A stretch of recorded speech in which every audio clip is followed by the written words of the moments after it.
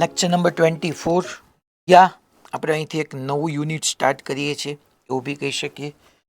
Homework not કરી લીધું હશે અને ટોપિક છે સાપેક્ષ વેગ, રિલેટિવ મોશન એ આપણો આજનો ટોપિક છે.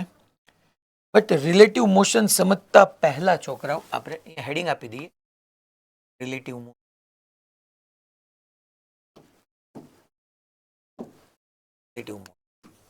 ઓહો,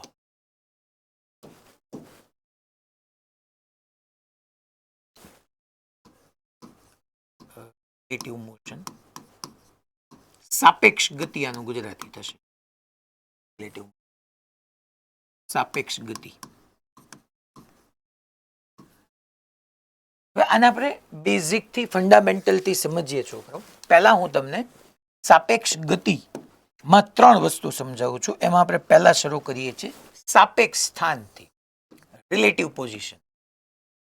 પહેલા આપણે હેડિંગ આપી દઈએ છોકરાઓ સાપેક્ષ સ્થાન, જેને આપણે રિલેટિવ પોઝિશન કહેવાના છે. હવે હું પહેલા એક એક્સ એક્સિસ અને વાય એક્સિસ ડ્રો કરી નાખું છોકરાઓ. આ એક્સ એક્સિસ છે, આ વાય એક્સિસ છે છોકરાઓ. અહીંયા આપણે એક્સ અને વાય બે એક્સિસ લઈ લીધી છે અને બે પાર્ટિકલ લઈએ છીએ, બે કણ કહી દો છે કેવી રીતે. અને અહીંયા જે છે એ આપણે આવી રીતનું આ ઉદ્ગમ બિંદુ, અહીંયા કોઈ એક પાર્ટિકલ એ, અહીંયા બીજો કોઈ એક પાર્ટિકલ. આ ઉદ્ગમ બિંદુથી એ નું સ્થાન, કારણ કે એ છોકરાઓ એક્સ વાય ઝેડ ત્રણેયમાં હોઈ શકે. મેં તો અહીંયા એક્સ વાય કીધું, હજી ઝેડ બી લઈ શકું. મેં તમને ખાલી અહીંયા એક્સ વાય જ અત્યારે શો કર્યા છે. તો આપણે અહીંયા એનું સ્થાન દર્શાવીએ ઓની સાપેક્ષે, તો એને એનો સ્થાન સદિશ આર એ સદિશ કહેવાય. તો એને આપણે છોકરાઓ અહીંયા આર એ સદિશ કહી દઈએ. એનું ઉદ્ગમ બિંદુની સાપેક્ષે સ્થાન આર એ સદિશ. સેમ બી નું બી આપણે ઉદ્ગમ બિંદુની સાપેક્ષે સ્થાન દર્શાવી શકીએ, એને આપણે આર બી સદિશ કહી દઈએ. આર બી સદિશ, બી નું ઉદ્ગમ બિંદુની સાપેક્ષે સ્થાન. આ આર એ સદિશ અને આર બી સદિશ બે સ્થાન સદિશ. તમે જોવા જાઓ છોકરાઓ, મેં અહીંયા એ નું સ્થાન દર્શાવ્યું ઉદ્ગમ બિંદુથી ક્યાં છે, બી નું સ્થાન દર્શાવ્યું ઉદ્ગમ બિંદુની સાપેક્ષે ક્યાં છે. પણ હું આવું લખું ને, હે છોકરા, હું આવું લખું ને આર એ બી સદિશ. સાહેબ આર એ સદિશ એટલે શું? તો કે એ નું સ્થાન ઓ ની સાપેક્ષે, બી નું સ્થાન ઓ ની સાપેક્ષે. હું આર એ બી લખું ને એટલે પહેલાનો મતલબ તમારે સમજવાનો છે. બોલવામાં બોલશો સાચું તો ક્વેશ્ચન માંથી વાંચશો સાચું, અને તો સાચા જવાબ સુધી પહોંચી શકો. આર એ બી સદિશ નો મતલબ થાય એ નું સ્થાન બી ની સાપેક્ષે, એ નું સ્થાન બી ની સાપેક્ષે. છોકરાઓને લખાય ઘણી બધી રીતે. આને ડેફિનેટલી અથવા હું આમે લખી શકું બી ની સાપેક્ષે એનું સ્થાન. બે લેંગ્વેજ તો એ જ થઈ, એની સાપેક્ષે એનું સ્થાન. હવે આજ પછી છે ને તમારે તરત રીડ કરીને ક્લેરિટી એટલી લેવાની કે જે પહેલું હોય ને એનું સ્થાન દર્શાવતા હોય અને બીજું હોય ને એની સાપેક્ષે હોય. જેમ કે હું આર એ બી લખું તો સ્થાન એનું હોય અને બી ની સાપેક્ષે હોય. હું આમ લખું ને છોકરા આર એક્સ વાય સદિશ, તો તમે સમજી લેવાનું એક્સ નું સ્થાન નક્કી કરું છું વાય ની સાપેક્ષે. ખાલી આર એક્સ લખું તો એક્સ નું સ્થાન ઉદ્ગમ બિંદુની સાપેક્ષે. અત્યાર સુધી કઈ ડિસ્કશન નહોતું ત્યાં સુધી આપણે ઉદ્ગમ બિંદુ અથવા જમીનની સાપેક્ષે. માની લો આમ લખું ને આર વાય એક્સ, એટલે તમે સમજી જવાનું કે પહેલું હોય ને એનું સ્થાન દર્શાવત અને બીજું હોય સાપેક્ષ હોય.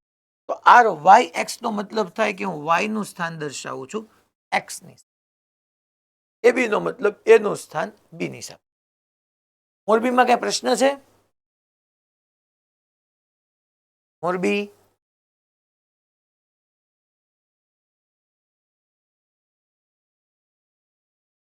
રમેશભાઈ, મોરબીમાં જો તો કઈ ક્વેશ્ચન લાગે છે, છોકરા અટકાયેલા છે. ના સર, કઈ પ્રશ્ન નથી. આ બધા હું ઓલા એમની મોરબી નવયુગા બે ક્લાસ છે ને, એમાં જે એક ક્લાસ છે ને એની અંદર છે જીસીઆઈ મોરબી લખ્યું એ ઓકે છે, નવયુગ મોરબી લખ્યું ને એમાં ડખો છે.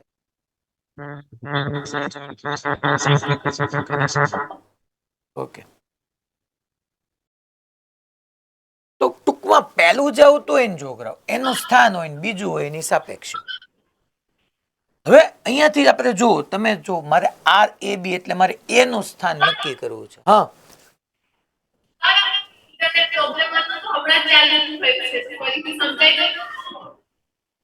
કયું સેન્ટર હમણાં જ શરૂ થયું? મોડાસા.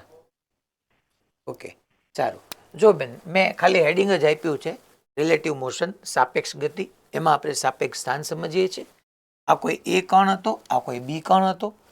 એ કણનું ઉદ્ગમ બિંદુથી સ્થાન દર્શાવતા સદિશને આપણે આર એ સદિશ કહી દઈએ. બી કણનું ઉદ્ગમ બિંદુથી સ્થાન દર્શાવતા સદિશને આર બી સદિશ કહી દઈએ. મેં આર એ બી સદિશ લખ્યો એટલે એનો મતલબ થયો જે પહેલું હોય ને એનું સ્થાન હોય અને બીજું હોય ને એની સાપેક્ષ હોય. એટલે એનું સ્થાન બીની સાપેક્ષ. એક આવી રીતના લખાય, એનું સ્થાન બીની સાપેક્ષે, અથવા બીજું આમે લખાય, બીની સાપેક્ષે એનું સ્થાન. તમને જે કાંઈ લખીને આપ્યું હોય જોવાનું એ કે કોનું સ્થાન છે એ પહેલા આવે અને કોણ સાપેક્ષ છે એ પછી આવે. એટલું જ આપણું ગયું. હવે લો મારે આ નક્કી કરવું હોય તો હાલો આપણે જોઈએ છે તો કે ભાઈ મારે એનું સ્થાન ઓની સાપેક્ષે જોતું હતું, તો કેમ મેં ઓ અને એને જોડતો એક સદિશ દોર્યો. બી નું સ્થાન ઓની સાપેક્ષે જોતું હતું, મેં કેમ ભાઈ ઓ અને બી ને જોડતો સદિશ દોર્યો. સદિશમાં મેં તીર ક્યાં કર્યું? તો કે જેનું સ્થાન નક્કી કરતો હતો ત્યાં તીર. અહીંયા એનું સ્થાન નક્કી કરતો હતો તીર એ પાસે કર્યું. અહીંયા બી નું સ્થાન નક્કી કરતો હતો તીર બી પાસે કર્યું. તમારે આર એ બી જોતું છે, મારે એનું સ્થાન નક્કી કરવું છે. કોની સાપેક્ષે? તો કે ભાઈ બી ની સાપેક્ષે મારે નક્કી કરવું. તો હવે હું શું કરીશ છોકરા કે જેનું સ્થાન નક્કી કરતા હોય ત્યાં તીર કરવાનું. એનું સ્થાન નક્કી એની સાપેક્ષે તીર એ પાસે, અને આપણે આર એ બી સદિશ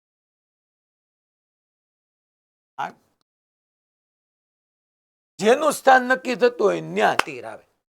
બસ બીજું કઈ નહીં. કોનું સ્થાન નક્કી? એનું. એ પાસે તીર કર્યો. કોની સાપેક્ષે? બી ની સાપેક્ષે. એનું સ્થાન નક્કી કરતું તીર. હવે ભાઈ હું અહીંયા ત્રિકોણની રીત તમને આવડે? તો કે હા સાહેબ, સદિશોના સરવાળા બાદબાકી માટે ત્રિકોણની રીત આપણને હતો. કઈ કરો છોકરો? ચાલો, એક સદિશ પહેલાના શીર્ષમાં, બીજાની પૂછ, આ પરિણામી શીર્ષ ભેગા થયા. અહીંથી હું ન લખી શકું છોકરો હે કે આર બી સદિશ પ્લસ છોકરો પહેલાના શીર્ષમાં બીજાની પૂછ, ધેટ ઇઝ આર એ બી સદિશ ઇઝ ઇક્વલ ટુ છોકરો પરિણામી આર એ. તો અહીંથી છોકરા હું ન લખી શકું હે કે આર એ બી સદિશ બરાબર આર એ સદિશ માઇનસ ઓફ આર બી સદિશ. કામ પૂરું. આર એ બી સદિશ બરાબર આર એ માઇનસ આર બી કહી દેવાનું.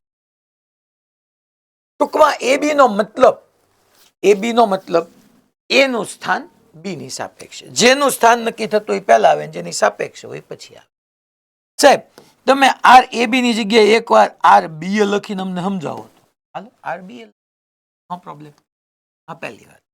હવે હું બીજું આર બી એ લખીને, તો આર બી એ એટલે તમને તરત સમજાઈ જવું જોઈએ અહીંયા છો કે પહેલા હોય એનું સ્થાન હોય અને બીજું જે હોય નક્કી કરે. એટલે અહીંયા બી નું સ્થાન લખો. બી નું સ્થાન એની સાપેક્ષ, એની સાપેક્ષ, અથવા એની સાપેક્ષે બી નું સ્થાન જેમ લખવું એ લખાય. ચાલો, આર એ અને આર બી છે. સાહેબ મારે આર બી એ બી નું સ્થાન નક્કી કરવું હોય એની સાપેક્ષે, તો તીર ક્યાં દોરાય? જેનું સ્થાન નક્કી કરવું એનું. સ્થાન કોનું નક્કી કરવું? બી ની પાસે. તો તીર બી પાસે આવશે. હું બી અને એને જોડતો આવો એક સદિશ નો દોરું. આવો એક સદિશ જો કરું બી અને એને કનેક્ટ કરતા, પેન બદલી નાખી ચાઈ કરીને, એટલે ક્લેરિટી. તીર મેં છોકરાઓ બી પાસે કર્યું. જેનું સ્થાન નક્કી કરતો, બી નું સ્થાન નક્કી કરતો હતો, તો મેં તીર બી પાસે કર્યું ને અહીંયા લખી નાખ્યું આર બી એસ. એ સાહેબ આર બી એ સદિશ કેમ લખાય? તમે જો હમણાં તમને મોજ પડી.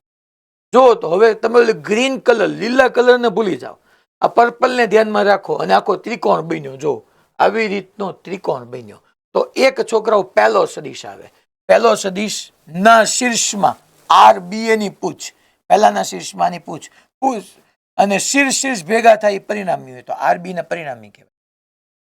છોકરા હું આમ ન લખી શકું ડેફિનેટ આર એ સદીશ પહેલાના શીર્ષમાં, બીજાની પૂછ, બીજું એટલે કોની પૂછ તો કે આર બી એ સદીશની પૂછ. બરાબર શું થયું છોકરાઓ? પરિણામી. પરિણામી કયું છે છોકરાઓ? R B. અહીંથી હું આર બી એ સદીશ બરાબર શું લખી નાખું છું? આર બી એ સદીશ બરાબર હું લખી શકું આર બી સદીશ માઇનસ આર એ સદીશ. That's it. ટૂંકમાં આર એ બી હોય તો આર એ માઇનસ આર બી લખવાનું, આર બી એ હોય તો આર બી માઇનસ આર એ લખવાનું.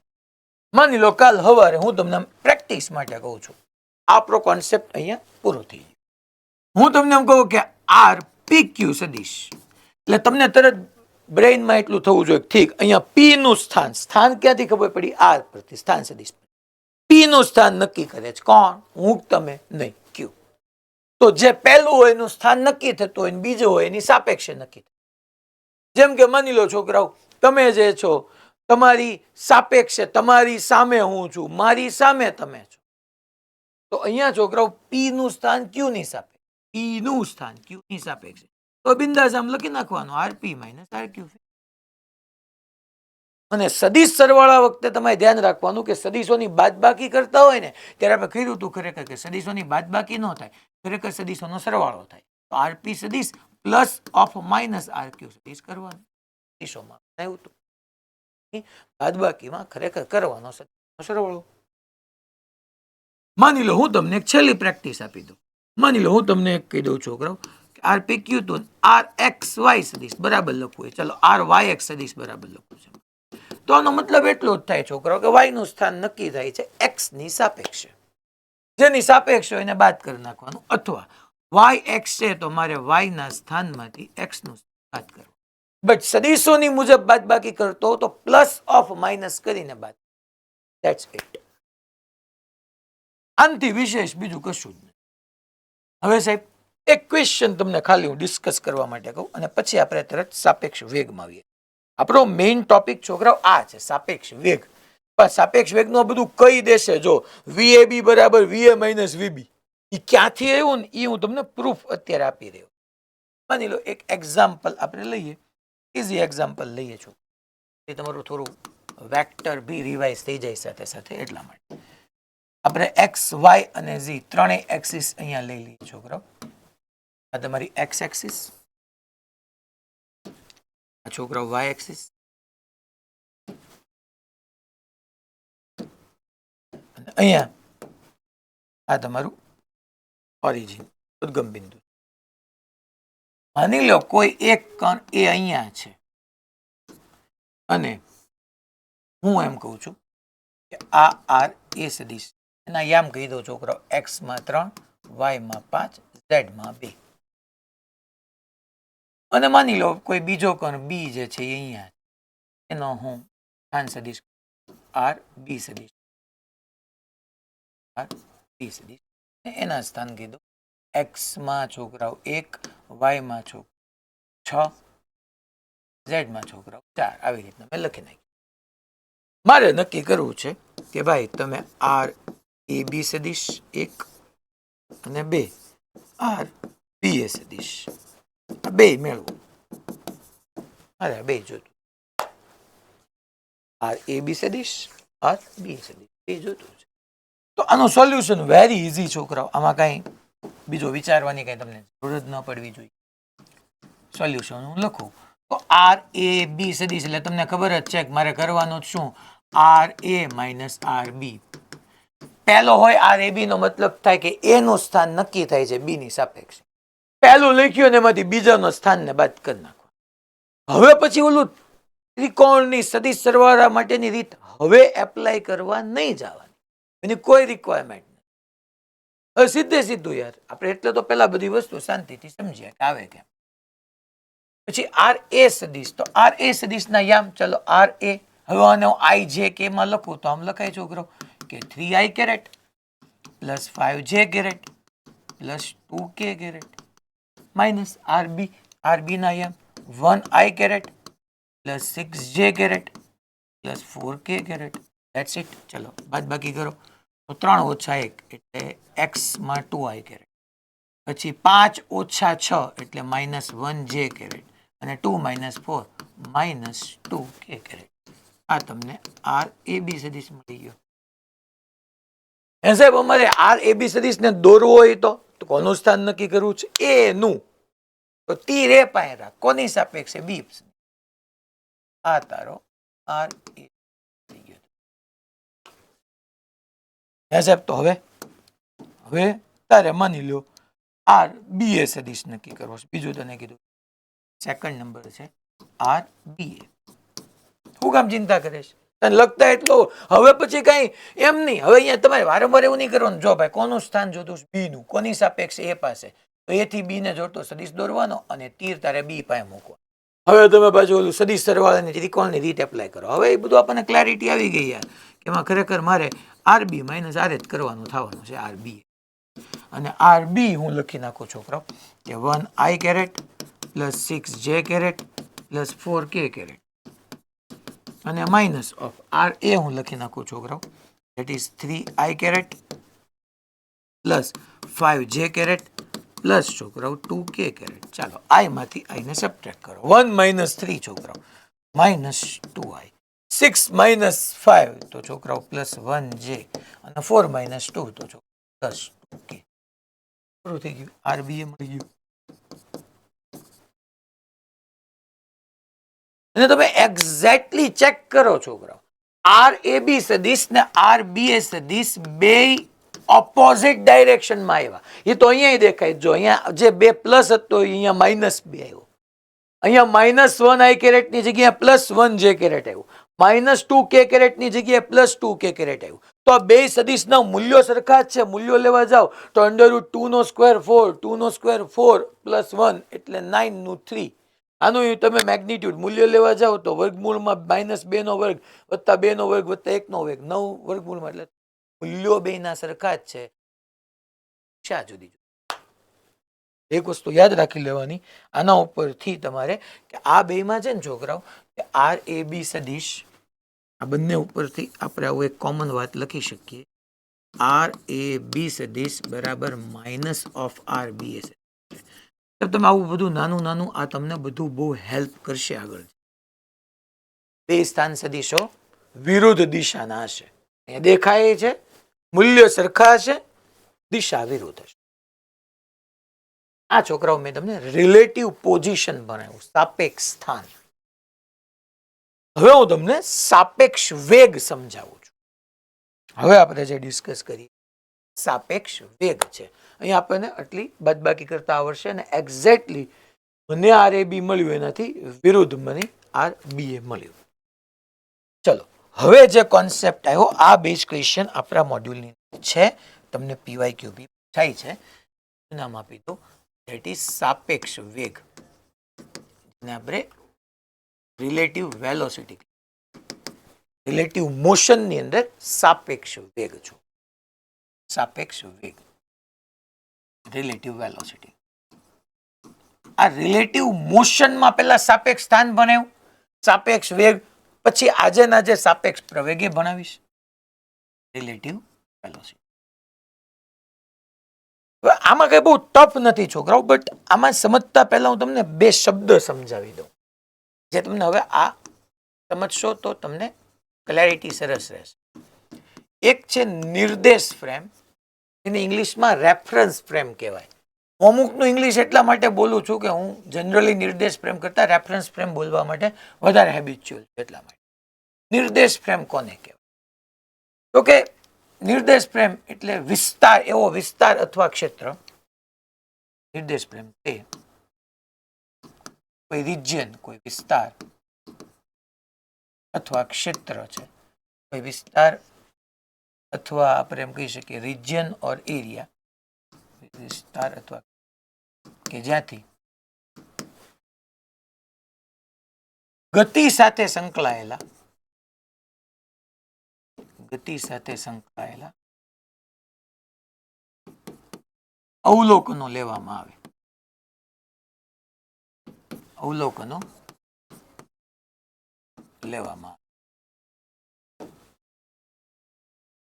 માની લો તમે બધા બસમાં બેસીને સ્કૂલે આવો છો તો તમે આજુબાજુ પક્ષી ઉડતા હોય, બીજા બધા લોકો જાતા હોય એનું અવલોકન ક્યાંથી લ્યો છો? બસમાંથી. તો બસ તમારી નિર્દેશ પ્રેમ થઈ ગઈ. અત્યારે તમે મને જોઈ રહ્યા છો ક્યાંથી? તો કે ક્લાસરૂમમાં બેઠાથી. તો ક્લાસરૂમમાં બેઠા છો એ ક્લાસરૂમ તમારી માટે નિર્દેશ પ્રેમ થઈ ગઈ. ટૂંકમાં તે કોઈ વિસ્તાર કે એવો ક્ષેત્ર છે, તે કોઈ વિસ્તાર કે ક્ષેત્ર કે જ્યાંથી ગતિ સાથે સંકળાયેલા અવલોકનો લેવામાં આવે. અને ગતિ સાથે સંકળાયેલા અવલોકનો કયા કયા હોય એ હું તમને કીધું. ગતિ સાથે સંકળાયેલા અવલોકનો કાં તો એનું સ્થાન નક્કી કરતા હોય, કાં તો એનો વેગ નક્કી કરતા હોય, કાં તો પ્રવેગ નક્કી કરતા હોય, કાં તો સમય હોય. મેઇન તો આપણે આ ત્રણ જ આવવાના છે છોકરાઓ: સ્થાન, વેગ અને પ્રવેગ.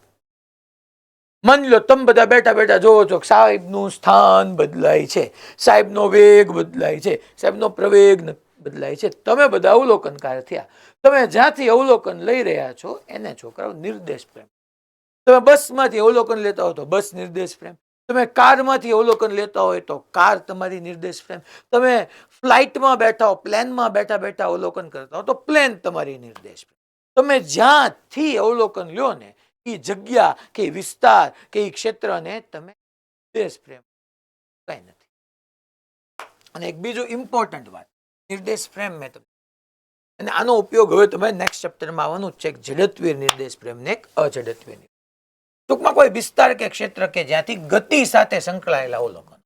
ગતિ થતી હોય એટલે કાં તો એનું સ્થાન નક્કી કરતા હો, કાં તો એનો વેગ નક્કી કરતા હોય, કાં તો એનો પ્રવેગ નક્કી કરતા હોય. કોના કોના અવલોકનો? ગતિ સાથે અવલોકનો એટલે આપણે એમ આ કંઈક અલગ લેવલની લેંગ્વેજ નહીં. સ્થાન, વેગ કે પ્રવેગ નક્કી કરતા હોય એ જગ્યાને, વિસ્તાર, ક્ષેત્ર, જગ્યા જે કયો હોય. અને એક ઇમ્પોર્ટન્ટ ડેટા તરીકે તમે યાદ રાખજો કે ભાઈ નિર્દેશ પ્રેમની સાપેક્ષે અવલોકનકાર હંમેશા સ્થિર હોય. નિર્દેશ પ્રેમની સાપેક્ષમાં કેમ એ તમને સમજાવી દઉં. નિર્દેશ પ્રેમની સાપેક્ષમાં હંમેશા અવલોકનકાર સ્થિર હોય અથવા સ્થિર લેવું.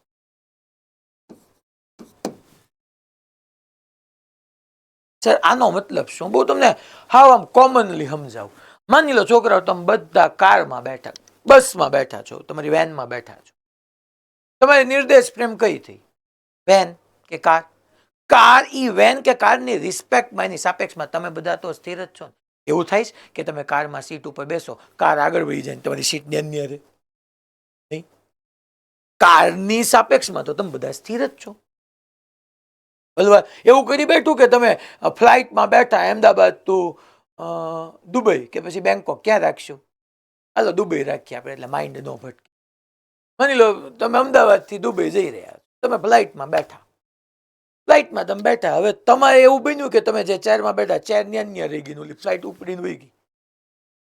ધેટ મીન્સ કે with respect to that flight, થોડું ઇંગ્લિશ આવશે ટૂંકમાં, એ પ્લેનની સાપેક્ષમાં તમે સ્થિર છો. નિર્દેશ પ્રેમની સાપેક્ષમાં હંમેશા અવલોકનકાર સ્થિર લો. તમે કારમાં બેસીને અવલોકન લ્યો છો, તમે બસમાં બેસીને અવલોકન લ્યો છો, તમે પ્લેનમાં બેસીને અવલોકન લ્યો છો, તો એની સાપેક્ષમાં તમે કહેવાનો મતલબ આ લાઈનનો. ઓકે, હવે આ બે શબ્દ ટૂંકમાં નિર્દેશ પ્રેમ કોને કહેવાય અને નિર્દેશ પ્રેમની સાપેક્ષમાં અવલોકનકારને. હવે હું સાપેક્ષ વેગમાં પાછો આવી જાઉં. સાપેક્ષ વેગ ભાઈ કોને કહેવાય એ કયો, બાકી બધું સાચી વાત છે તમારી. સાપેક્ષ વેગ મારે કોને? સાપેક્ષ વેગને છોકરાઓ વેગ એટલે શું આપણે કીધું હતું? સ્થાનમાં થતા ફેરફારના દરને અથવા સમય દરને વેગ કહેવાય. તો છોકરાઓ સાપેક્ષ વેગ એટલે કઈ નહીં, સાપેક્ષ સ્થાનમાં થતા ફેરફારના સમય દરને સાપેક્ષ વેગ કહેવાય. આમ પૂરું થઈ ગયું. વેગ એટલે સ્થાનમાં થતા ફેરફારનો દર. હું અહીંયા લખી નાખું, સાપેક્ષ વેગ એટલે સાપેક્ષ સ્થાનમાં થતા ફેરફારના દરને. દર લખવું એટલે સમય ઓટોમેટિકલી આવી જ ગયો છે. સાપેક્ષ સ્થાનમાં થતા ફેરફારના દરને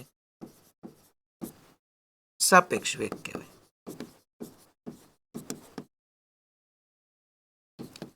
છોકરો કામ પતી ગયું. એમની સાહેબ એટલે તમે સમજાવો તો. જો સાપેક્ષ વેગ નક્કી કરું તો જોજો બરાબર. હું આમ લખું હે મારા વાલો, વી એ બી, એટલે પહેલા તમને વાંચતા આવડવું જોઈએ. આનો મિનિંગ થાય એ નો વેગ બી ની સાપેક્ષે,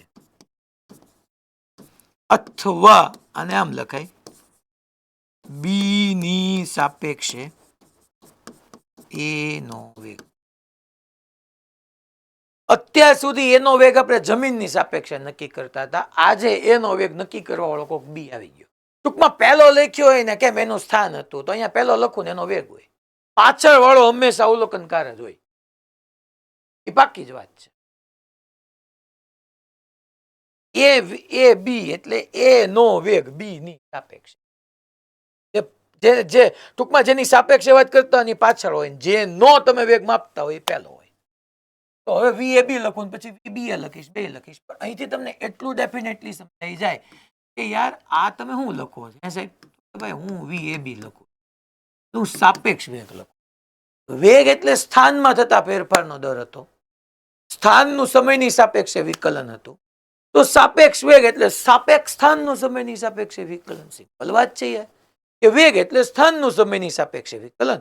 તો છોકરાઓ સાપેક્ષ વેગ એટલે સાપેક્ષ સ્થાનનું સમયની સાપેક્ષે વિકલન. સાપેક્ષ સ્થાન માની લો એ નું બી ની સાપેક્ષે વેગ નક્કી કરતો હોય તો એ નું બી ની સાપેક્ષે સ્થાન આમ લખીશ ડેફિનેટલી. જોવા દઉં એટલા માટે તમને ભણાવ્યું હતું આર એ બી, એટલે જ મેં તમને સમજાવ્યું. અને છોકરાઓ આના ઉપરથી ડેફિનેટલી હું આ બી લખી શકું. It is D by DT R A B R A minus R B. છોકરાઓ તમે સમયની સાપેક્ષે વિકલન કરો એટલે તમારી પાસે અહીંયા એક મસ્ત મજાનું રિઝલ્ટ આવી ગયું. ઇટ ઇઝ વી એ બી બરાબર આર, સ્થાનનું સમયની સાપેક્ષ વિકલન વેગ આપે, પણ એ નો સ્થાન છે એટલે વી એ, અને બી ની સાપેક્ષે કરો વી બી. જો જે અહીંયા પાછળ લખ્યું છે છોકરાઓ, જો આ રહ્યું વી એ માઇનસ વીબી કરવું. જોયું? વી એ બી એટલે વી એ માઇનસ વીબી કરવું. તમારું અહીંથી મારે લેક્ચર મારે ખાલી આ સમજાવવાનું હતું. આગળનું મેં તમને સમજાવ્યું કે આવ્યું ક્યાંથી એમ. તમને એમ થાય હે સાહેબ વી એ બી એટલે તમે વી એ માઇનસ વીબી શું કામ કરો છો? હવે જુઓ છોકરા, હું સદિશ સ્વરૂપે વાત કરું. તમે આને મૂલ્ય વાઇઝ આમ જ લખી નાખવાનું કે વી એ બી એટલે વી એ માઇનસ. સદિશ હારવાર આપણે ટેવ રાખવાની કે હારવાર વેક્ટર હોય તો કેમ થાય. બાકી તમારે તો બિંદાસ વી એ બી એટલે વી એ માઇનસ. કારણ કે સાપેક્ષ ગતિ એક પરિમાણમાં આવશે, સાપેક્ષ ગતિ દ્વિપરિમાણમાં આવશે. તો દ્વિપરિમાણમાં આવતું હોય તો સદિશ સ્વરૂપે સમજાવો તો સારું પડે. અચ્છા એમ નહીં સાહેબ, તો હું વી બી એ લખું તો વી બી એ નો પેલા મતલબની ક્લેરિટી તમને આવી જવી. વી બી એ એટલે લખાય શું? વી બી એ એટલે લખાય શું? તો કે આનો મતલબ થાય બી નો વેગ એ ની સાપેક્ષે, બી નો વેગ એ ની સાપેક્ષે. આનો આટલો મતલબ થાય બી નો વેગ. જે પહેલો હોય એનો વેગ હોય, પાછળ વાળો એની સાપેક્ષે. હે સાહેબ સદિશ સ્વરૂપે લખવું હોય તો બિંદાસ યાર. હવે જો એક તને પ્રૂવ કરી દો કે વેગ એટલે સ્થાનમાં થતો ફેરફાર, તો સાપેક્ષ વેગ એટલે સાપેક્ષ સ્થાનમાં થતો ફેરફાર. યાર ચિંતા કરે છો એ સદિશ કહી દે. અચ્છા સાહેબ તો આર બી એ એટલે હું લખતો હતો આર બી માઇનસ આર એ. સમયની સાપેક્ષે વિકલન કર એટલે મળી જશે. જો વી બી એ સદિશ બરાબર આર બી નું સમયની સાપેક્ષે વિકલન વી બી થાય, આર એ નું સમયની સાપેક્ષે વી એ થાય. કામ પૂરું. અને આ કાંઈ અત્યાર સુધી આપણે ભણ્યા કાંઈ ન ભણવું હોય ને તો બસ એટલું યાદ રાખવાનું, આ પહેલું લખ્યું હોય ને એમાંથી બીજાનો વેગ બાદ કરવા. અને જો સદિશની જરૂર પડતી હોય તો સદિશોની મુજબ બાદબાકી કરવાની. સદિશો મુજબ બાદબાકી કરવા માટે વીએ માઇનસ વીબી કરવા માટે તમારે વીએ સદિશ પ્લસ ઓફ માઇનસ વીબી, વીબીને ઉલટાવીને ઉમેરવો પડે. સદિશોના સરવાળા બાદબાકી માટેની ત્રિકોણની રીતને ધ્યાનમાં રાખો. બાકી કાંઈ નહીં, અત્યાર સુધી શીખ્યા. હવે આપણે આના પ્રોબ્લેમ સોલ્વ કરવાના શરૂ કરી. હવે તમે એટલું સમજી ગયા છોકરાઓ, સાપેક્ષ પ્રવેગ કહીશ તો છેલ્લી હું તમને 15-20 મિનિટમાં એ બધું કહી દઈશ કે સાપેક્ષ પ્રવેગ આવશે તો પાછું વેગનું સમયની સાપેક્ષે વિકલન કરશું. એ બી કહું તો એ માઇનસ એ બી લખી નાખશું. હવે કઈ નથી આવવાનું, કારણ કે સાપેક્ષ સ્થાનનું વિકલન કર્યું, સાપેક્ષ વેગનું પાછું વિકલન કરી સાપેક્ષ પ્રવેગ મેળવે. હવે આપણે આની અંદર ના પેલા ઇઝી ક્વેશ્ચનમાં જઈએ, પછી તમને થોડુંક હું ડિટેલમાં સમજાવવાનું શરૂ કરું. ચાલો પહેલા આપણે આનો એક્ઝામ્પલ લઈએ. અહીંયા એક વાત અગેન હશે જ તે છોકરાઓ કે VAB અને VBA આ બેના મૂલ્યો સમાન હશે અને દિશા વિરુદ્ધ હશે. એ વાત બાકી છે. એક્ઝામ્પલ નંબર 1 થી આવી રીતના છોકરાઓ બે સ્ટ્રેટ રોડ છે, ગ્રાઉન્ડ છે, જમીન છે, તમે એ લ્યો સ્ટ્રેટ રોડ છે, આવી સ્ટ્રેટ. હું એમ કહું છું અહીંયા છે ને આમ ઓલું સ્કેટ બોર્ડ જેવું સ્કેટ બોર્ડ, એની ઉપર એક માણસ એ ઊભો છે અને ઈ 10 મીટર પર સેકન્ડના અચળ વેગથી જમીન પર ગતિ કરે છે.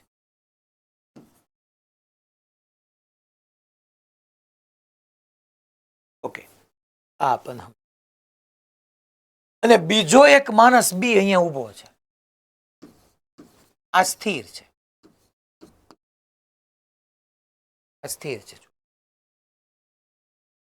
બીજો રેસ્ટ પર છે, પહેલો ગતિ કરે છે, આ બી છે, એ બી જ રાખો. હવે મારે VAB અને VBA જોતું છે, પછી બે ને ગતિ કરાવીશ, બે કાર લઈશ. તમને જો ધીમે ધીમે ક્વેશ્ચન છે ને હું આમ ટપ કરતો જઈશ. પહેલા આ A અને B છે, તો મારો અહીંયા સિમ્પલ તમને પ્રશ્ન છે. પહેલા એક કહી દો કે ભાઈ એ માટે નિર્દેશ ફ્રેમ કઈ થઈ, તો કે જે સ્કેટ બોર્ડ પર ઉભો છે અને સ્કેટ બોર્ડ કહેવાય, ગુજરાતી ન પૂછ. બી ક્યાં ઉભો છે, તો કે જમીન પર, તો એની નિર્દેશ ફ્રેમ જમીન થઈ ગઈ. એ માટેની નિર્દેશ ફ્રેમ હું આમ બધું લખું છું, આવું લખાય નહીં હો, હું જવા દઈશ. આ તો તમને ક્લેરિટી બને ને એટલા માટે. એ માટેની નિર્દેશ ફ્રેમ છે ને એ સ્કેટ બોર્ડ થયું અને બી માટેની નિર્દેશ ફ્રેમ છે ને તો એ જમીન થયું. એ જમીન કહેવાય છોકરા. ઓકે, હાલો ડન. હવે ક્વેશ્ચન ખાલી એટલો છે છોકરાઓ કે તમે VAB ગોતો અને VBA ગોતો. એક VAB કેટલું થશે? હવે છોકરાઓ અહીંયા એક જ દિશામાં ગતિ હોય તો સદિશની જરૂર નથી. આ તો એક પરિમાણ છે. દ્વિપરિમાણ હોય તો ગતિ સદિશની જરૂરી છે, પણ છતાંય તે મેં સદિશ રાખ્યું છે. અને બીજું VBA સદિશ ગોતો. આ મારી વાત છે. ચાલો હવે સોલ્યુશનમાં જઈએ. હવે જો છોકરાઓ આપણે ફિઝિક્સથી બી સમજીએ અને કોમન સેન્સથી બી સમજીએ. પહેલા આપણે ફિઝિક્સથી શરૂ કરીએ કે પહેલા હું તમને એમ કહું છું કે તમારે આવું છે VAB સદિશ જોઈએ છે. તો તમને એટલું કરતા આવડે કે ભાઈ આમાં બોલાય હું, પહેલા બોલાય હું, તો કે પહેલો હોય એનો વેગ હોય, એનો વેગ એની સાપેક્ષ. મારે તરત VAB સાપેક્ષ વેગ આવે, તરત મારે આવું લખી VA સદિશ માઇનસ V.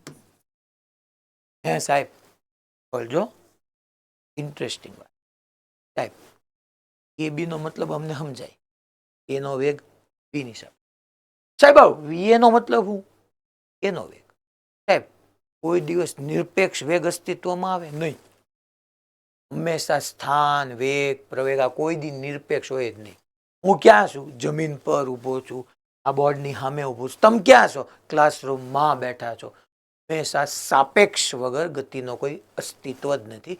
આવું મેં તમને 6ઠા 8મા લેક્ચરમાં જ ભણ્યું. વેક્ટર પછી ગણો તો 6ઠ્ઠો 8મો, અને બીજું ત્રીજાનો પ્રોપર કાઇનેમેટિક્સનો ગણો તો બીજો ત્રીજો લેક્ચર. કે ભાઈ ગતિમાં સાપેક્ષનું તમારે અસ્તિત્વ વગર ગતિનો કોઈ મતલબ જ નથી. એટલે VAB હું એનો વેગ નક્કી કરું છું, કાંઈ લખ્યું નથી એનો મતલબ એમ નહીં હોય કોઈની સાપેક્ષ નહીં હોય. કાંઈ ન કીધું હોય ને છોકરા, હે એટલે ગ્રાઉન્ડની સાપેક્ષ સમજી લે, જમીનની સાપેક્ષ હોય. અત્યાર સુધી આપણે બધું ભણતા જ હતા ને, તો કોકની સાપેક્ષ તો હોય, કારણ કે સાપેક્ષ રિલેટિવ મોશનમાં જે છે, રિલેટિવિટી વગર, સાપેક્ષતા વગર કોઈ ગતિનો મતલબ જ નથી. એટલે VAB માં એમ કીધું કે એનો B ની સાપેક્ષ છે, તો VA માઇનસ VB લખ્યું.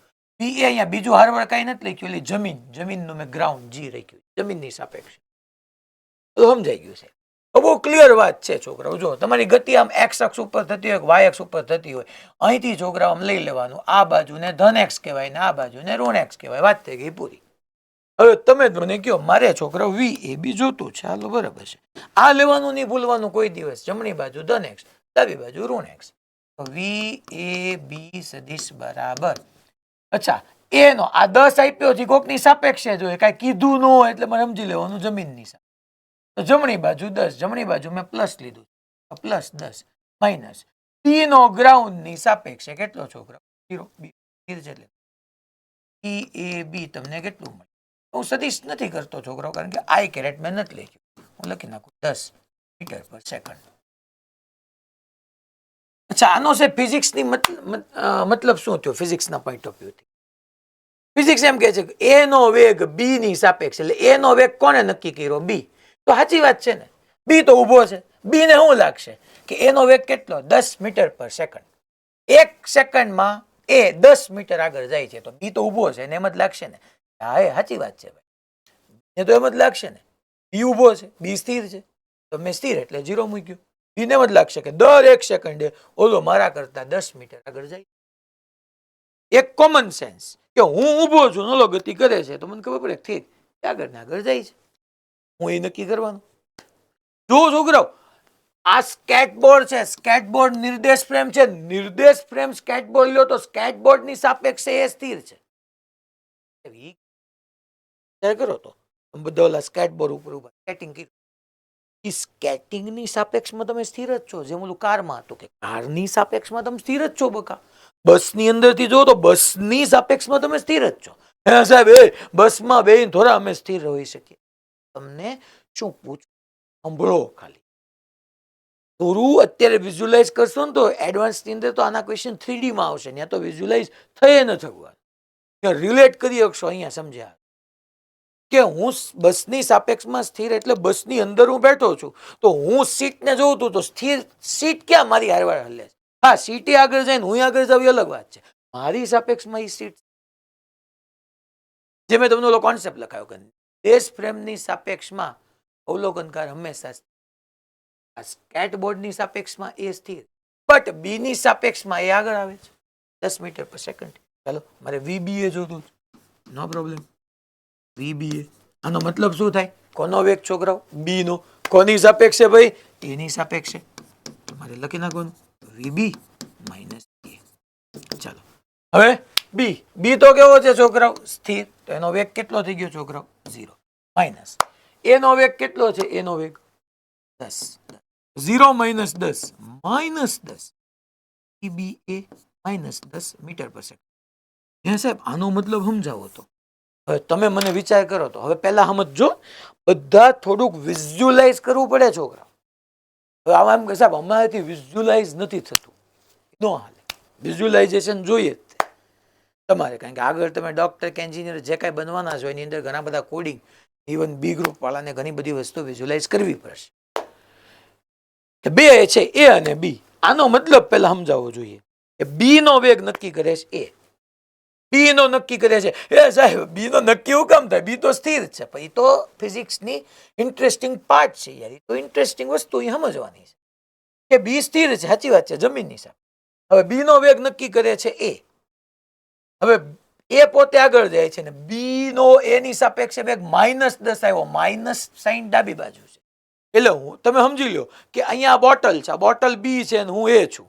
આ બોટલ અહીંયા સ્થિર છે છોકરાઓ, આ બોટલ અહીંયા સ્થિર છે. હું આમ આગળ જતો જાઉં છું, હું બી છું ને, સોરી હું એ છું ને આ બી છે. આનો મતલબ શું થઈ ગયો? વીબીએ નો મતલબ મારે બી નો વેગ નક્કી કરવાનો છે એની સાપેક્ષે. એટલે હું નક્કી કરનાર છું આ બી નો, બોટલનો. તો હું આગળ આમ જાઉં છું, મને શું લાગશે કે આ બોટલ મારી બેટી પાછળ જાય છે. એ વાત છે ને, પાછળ જાય. સાહેબ, સાહેબ તો ઉભો છે, ઉભો જ છે. પાછળ જાય કોની સાપેક્ષમાં? હું આમ આગળ જાઉં, કોક કે સાહેબ અમને ખબર જ છે આપણે આગળ જઈએ છીએ, ક્યાં પાછળ જાય? તમે મસ્તી શું કરો છો? આપણું કોર અન્ડરસ્ટેન્ડિંગ ઠીક છે. એમ કે છે કે તમે એનો વેગ નક્કી કરો તો તમને એમ લાગે કે લે આ પાછળ જાય. B is equal to minus આવ્યો, એનો મતલબ આ દિશા. બી નો વેગ નક્કી કર્યો કોને ભાઈ? એની સાપેક્ષે. એ નક્કી કર્યો બી. જમીનની સાપેક્ષે સ્થિર છે. તમને એવું થયું હોય કોઈક માણસ ઊભો હોય ટ્રેનમાં ખાસથી હોય, તમે ટ્રેનમાં આગળ જતા હોય, તમને એમ લાગે એ ઓલો માણસ પાછળ જાય છે. છતાંય કઈ આ વિઝ્યુલાઇઝેશન થાય that is very good, compulsory છે. પણ બાકી તો છેલ્લે તો પ્રોબ્લેમ સોલ્વ કરતા આવડે ને. હા તો કે VAB VA માઇનસ VB કરવાનું સાહેબ છે હું આમાં, સાચી વાત છે, કાંઈ નથી, ઇઝીએસ્ટ વસ્તુ.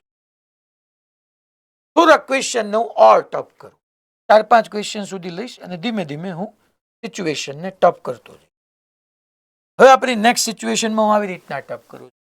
એક્ઝામ્પલ નંબર હવે તમને સાવ ઇઝીએસ્ટ ક્વેશ્ચનથી શરૂ કર્યો હતો. હવે આવી રીતનો એક રોડ છે,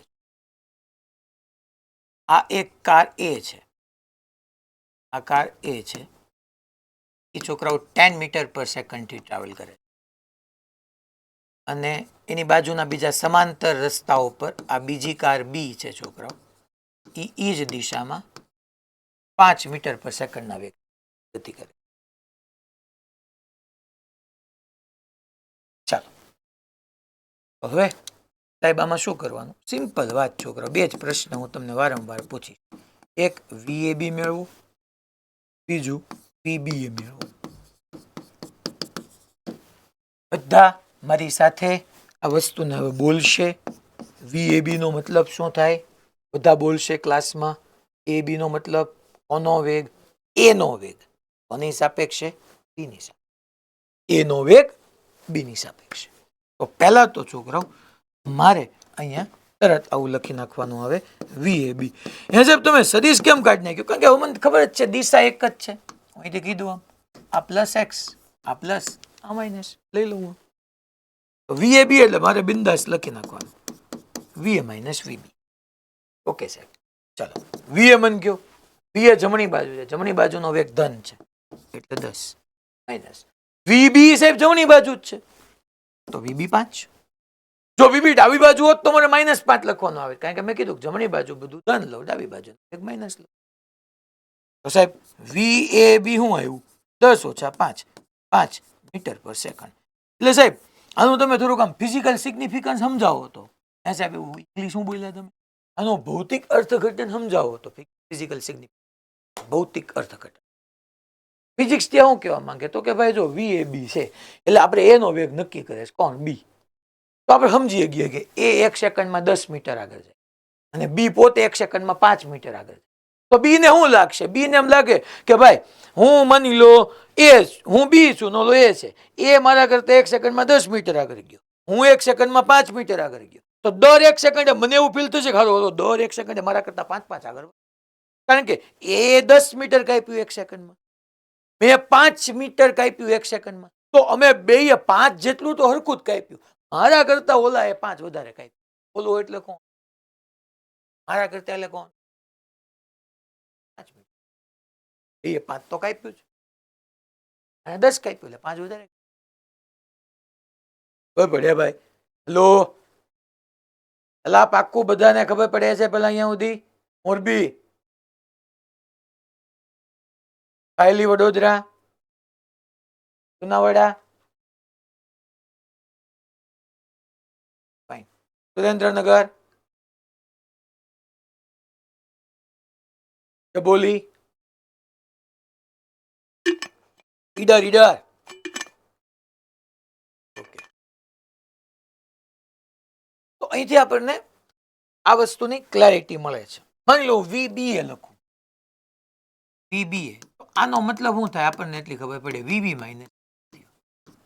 ચાલો VB છોકરાઓ 5 છે, ધન x માં છે એટલે +5, માઇનસ VA 10 છે અને ધન x માં છે એટલે +10, તો 10. 5 minus 10 -5 મીટર પર સેકન્ડ. આને આપણે લખી શકીએ VBA, B નો વેગ એની સાથે. હવે કોનો વેગ નક્કી થાય છે છોકરાઓ? B નો નક્કી થાય છે. B નો કોણ નક્કી કરે છે? A. માની લો હું A છું ના બોટલ B છે, હું છોકરો 1 સેકન્ડમાં 10 આગળ ગયો, બોટલ 1 સેકન્ડમાં 5 આગળ ગઈ અને હું અહીંયા જોઉં તો મને શું લાગે કે ઓલી B બોટલ મારા કરતા 5 પાછળ રહી, કારણ કે મેં 1 સેકન્ડમાં 10 મીટર કાપ્યું, હું A છું, આ બોટલ B છે.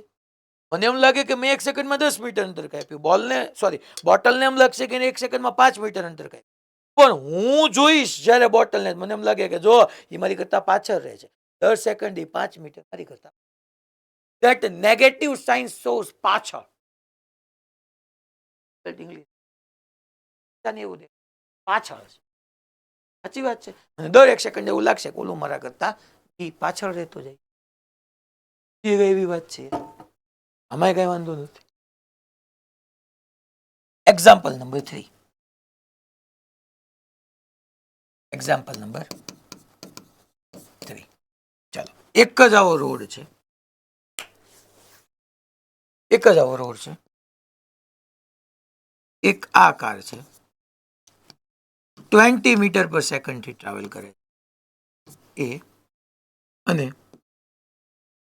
ઈ જ રોડ ઉપર બીજી કાર બી 30 મીટર પર સેકન્ડ થી ટ્રાવેલ કરે છે. બે એક જ દિશામાં જાય છે. તો હવે હું ચાલો આ 13 જગ્યાએ 10 કરી નાખું, સારું પડે. હું એમ પૂછું છોકરાઓ તમને પહેલા કે VAB મેળવું. મેં સદીશ એટલા માટે કાઢી નાખ્યું છોકરાઓ કારણ કે અત્યારે હું તમને એક જ દિશામાં વાત કરું છું. અને બીજું VBA મેળવું. તો આ કેટલી સાવ ઈઝી વાત છે છોકરાઓ. સાવ ઈઝી ડિસ્કશન આપણે અહીંયા કરીએ કે VAB નો મતલબ, સોલ્યુશન આપણે જોઈએ પહેલા કે VAB નો મિનિંગ થશે VA minus VB. VAB no meaning થશે VA માઇનસ. તો હંમેશા VA માઇનસ VB એ સાહેબ આ A અને B શું હશે કઈ કીધું ન હોય એટલે મેં તમને કીધું છોકરાઓ કે તમારે ગ્રાઉન્ડ ની રિસ્પેક્ટમાં સમજવાનું. આ VAG સમજવાનું, માઇનસ VBG સમજવાનું. અહીંયા બધી જગ્યાએ ગ્રાઉન્ડ તો હશે જ, તે કઈ કીધું ન હોય તો પછી દરેક વખતે સમજી જવાનું, યાર લખવાની ન હોય દરેક વસ્તુ. VA મારી પાસે છે છોકરાઓ 20. અચ્છા, અહીંથી આમ જાય છે તો આ દિશાને હું પ્લસ કહી દઉં, આ દિશાને હું માઇનસ કહી દઉં. A નો વેગ એ જમણી બાજુ જ છે તો 20, B નો તે છોકરાઓ જમણી બાજુ જ છે 10. છોકરાઓ 20 માઇનસ 10, 10 મીટર પર સેકન્ડ VAB. માની લો VBA પૂછું છોકરાઓ, VB માઇનસ VA થશે 10 ઓછા 20. એટલે ટૂંકમાં છોકરાઓ આ 3 પ્રોબ્લેમના અંતે હું તમને એક વસ્તુ કહી દઉં, બે સમાન દિશામાં હોય ને એટલે એના વેગોની બાદબાકી જ થાય. પહેલા મેં તમને એમ કીધું કાંઈ નો સમજાવ હોય ને અને VAB કહો એટલે VA માઇનસ VB લખવાનો, VPQ કહું તો VP માઇનસ VQ લખવાનો, VXY કહું તો VX માઇનસ VQ લખવાનો. એમ હું તમને એમ કીધું કહું તમને કાંઈ ખબર ન પડતી હોય ને બે સમાન દિશાના વેગ હોય ને એટલે બેના વેગની બાદબાકી કરી. એક 20 અને એક 10 છે તો 20 માઇનસ 10 કરી નાખો. મોરબીમાં પેલો બેચમાં વચલો ભાઈ થોડુંક મગજને પોઝિટિવ રાખીને બેઠ. હુકામ હશે સી મને ખબર છે. હાવ આવું હાવ આમ ઓલું પીક્યુ જરાક ઝડપથી બોલી ગયો ને એટલે ઈ મારો બેટો હસવા માંડ્યો. હું કેટલી નિખાલસતાથી બોલ્યો હતો. મારે એમને કંઈક કહેવાય જાય. હા એને છે ને સાહેબ છેલ્લે મારી વાત કરાવો જોઈએ, મારે એને કાઉન્સેલિંગમાં લેવો પડશે. મારો બેટો પણ હાથ ધંધો કરે. બી ગ્રુપમાં છો ઠીક તો વિયો જાતો હતું. એ ગ્રુપ નો થઈને હારા તું આવું નાક કપાવાના ધંધા કર. બીજું VBA, ચાલો તો VBA એટલે મારે લખવાનું VB માઇનસ VA. ચાલો તો VBA VB માઇનસ VA બે સમાન દિશામાં છે, નો પ્રોબ્લેમ એટ ઓલ. VB કેટલું છોકરાઓ 10 માઇનસ VA કેટલું 20. સાહેબ પ્લસ 20 લેવું માઇનસ જોતો ને તું જો જે દિશામાં તે ધન લીધું જ વેગ જ દિશામાં છે. તો સાહેબ આ તો અમને બધું સમજાવવા માંડ્યું. ઓકે, હવે થોડાક કેસને હું ઓર સરસ કરું ને વસ્તુને તમને સમજાવું ઓર સરસ રીતે. ચાલો સાહેબ હાલો હવે નેક્સ્ટ લઈએ. એક્ઝામ્પલ નંબર 4 and 5 બંને લખી નાખું. આ તમને ધીમે ધીમે આમાં સૂઝ પડવા માંડી હશે. એ 1 સેકન્ડમાં 20 મીટર આગળ જાય છે, બી 1 સેકન્ડમાં 10 મીટર આગળ જાય. તો દર 1 સેકન્ડે એને એવું ફીલ થશે કે હું બી કરતા 10 મીટર આગળ છું, અને બી ને એવું ફીલ થશે કે બી નો વેગ એની સાપેક્ષે બી નો વેગ એની સાપેક્ષે. એટલે કોનો વેગ નક્કી થાય? બી નો. નક્કી કોણ કરે છે? એ. આ કારમાં અંદર, આ બે ની અંદર, એ કાર ને બી કાર ની અંદર જે માણસ બેઠા હોય નક્કી. તો બી નો વેગ એ નક્કી કરતો હશે ને, તો જો એનો વેગ વધારે છે, દર સેકન્ડે 20 મીટર આગળ, દર સેકન્ડે 10 મીટર આગળ, તો બી ને એવું થશે કે એ મારા કરતા દર સેકન્ડે 10 પાછળ રહે છે, પાછળ. હવે આપણે એક્સરસાઇઝ નંબર 4 અને 5 કરીએ. અહીંથી થોડુંક આપણે ઇન્ટરેસ્ટ ઓર બનાવીએ. માની લો છોકરા, હું તમને આમ કહું છું, એવી રીતનો એક સ્ટ્રેટ રોડ છે, બરાબર સમજો. આ એક કાર છે છોકરાઓ, 20 મીટર પર સેકન્ડ થી આવી રહી. આ બીજી કાર છે, એ ઓપોઝિટ ડાયરેક્શનમાં 30 મીટર પર સેકન્ડ થી આવી. આ બે વચ્ચે અચ્છા, આ પરિસ્થિતિ ટી બરાબર 0 સમયે, આ ટી બરાબર 0 સમય અહીંયા છે. ટી બરાબર 0 સમય જ્યાં છે ને, ત્યાં એ બે વચ્ચેનું અંતર જે છે ને 100 મીટર છે, એકબીજાથી 100 મીટર છે. હવે અહીંયા હું ક્વેશ્ચન પૂછું. પહેલું, તમે વીએબી ગોતો. વીએબી નો મતલબ એનો બી ની સાપેક્ષે.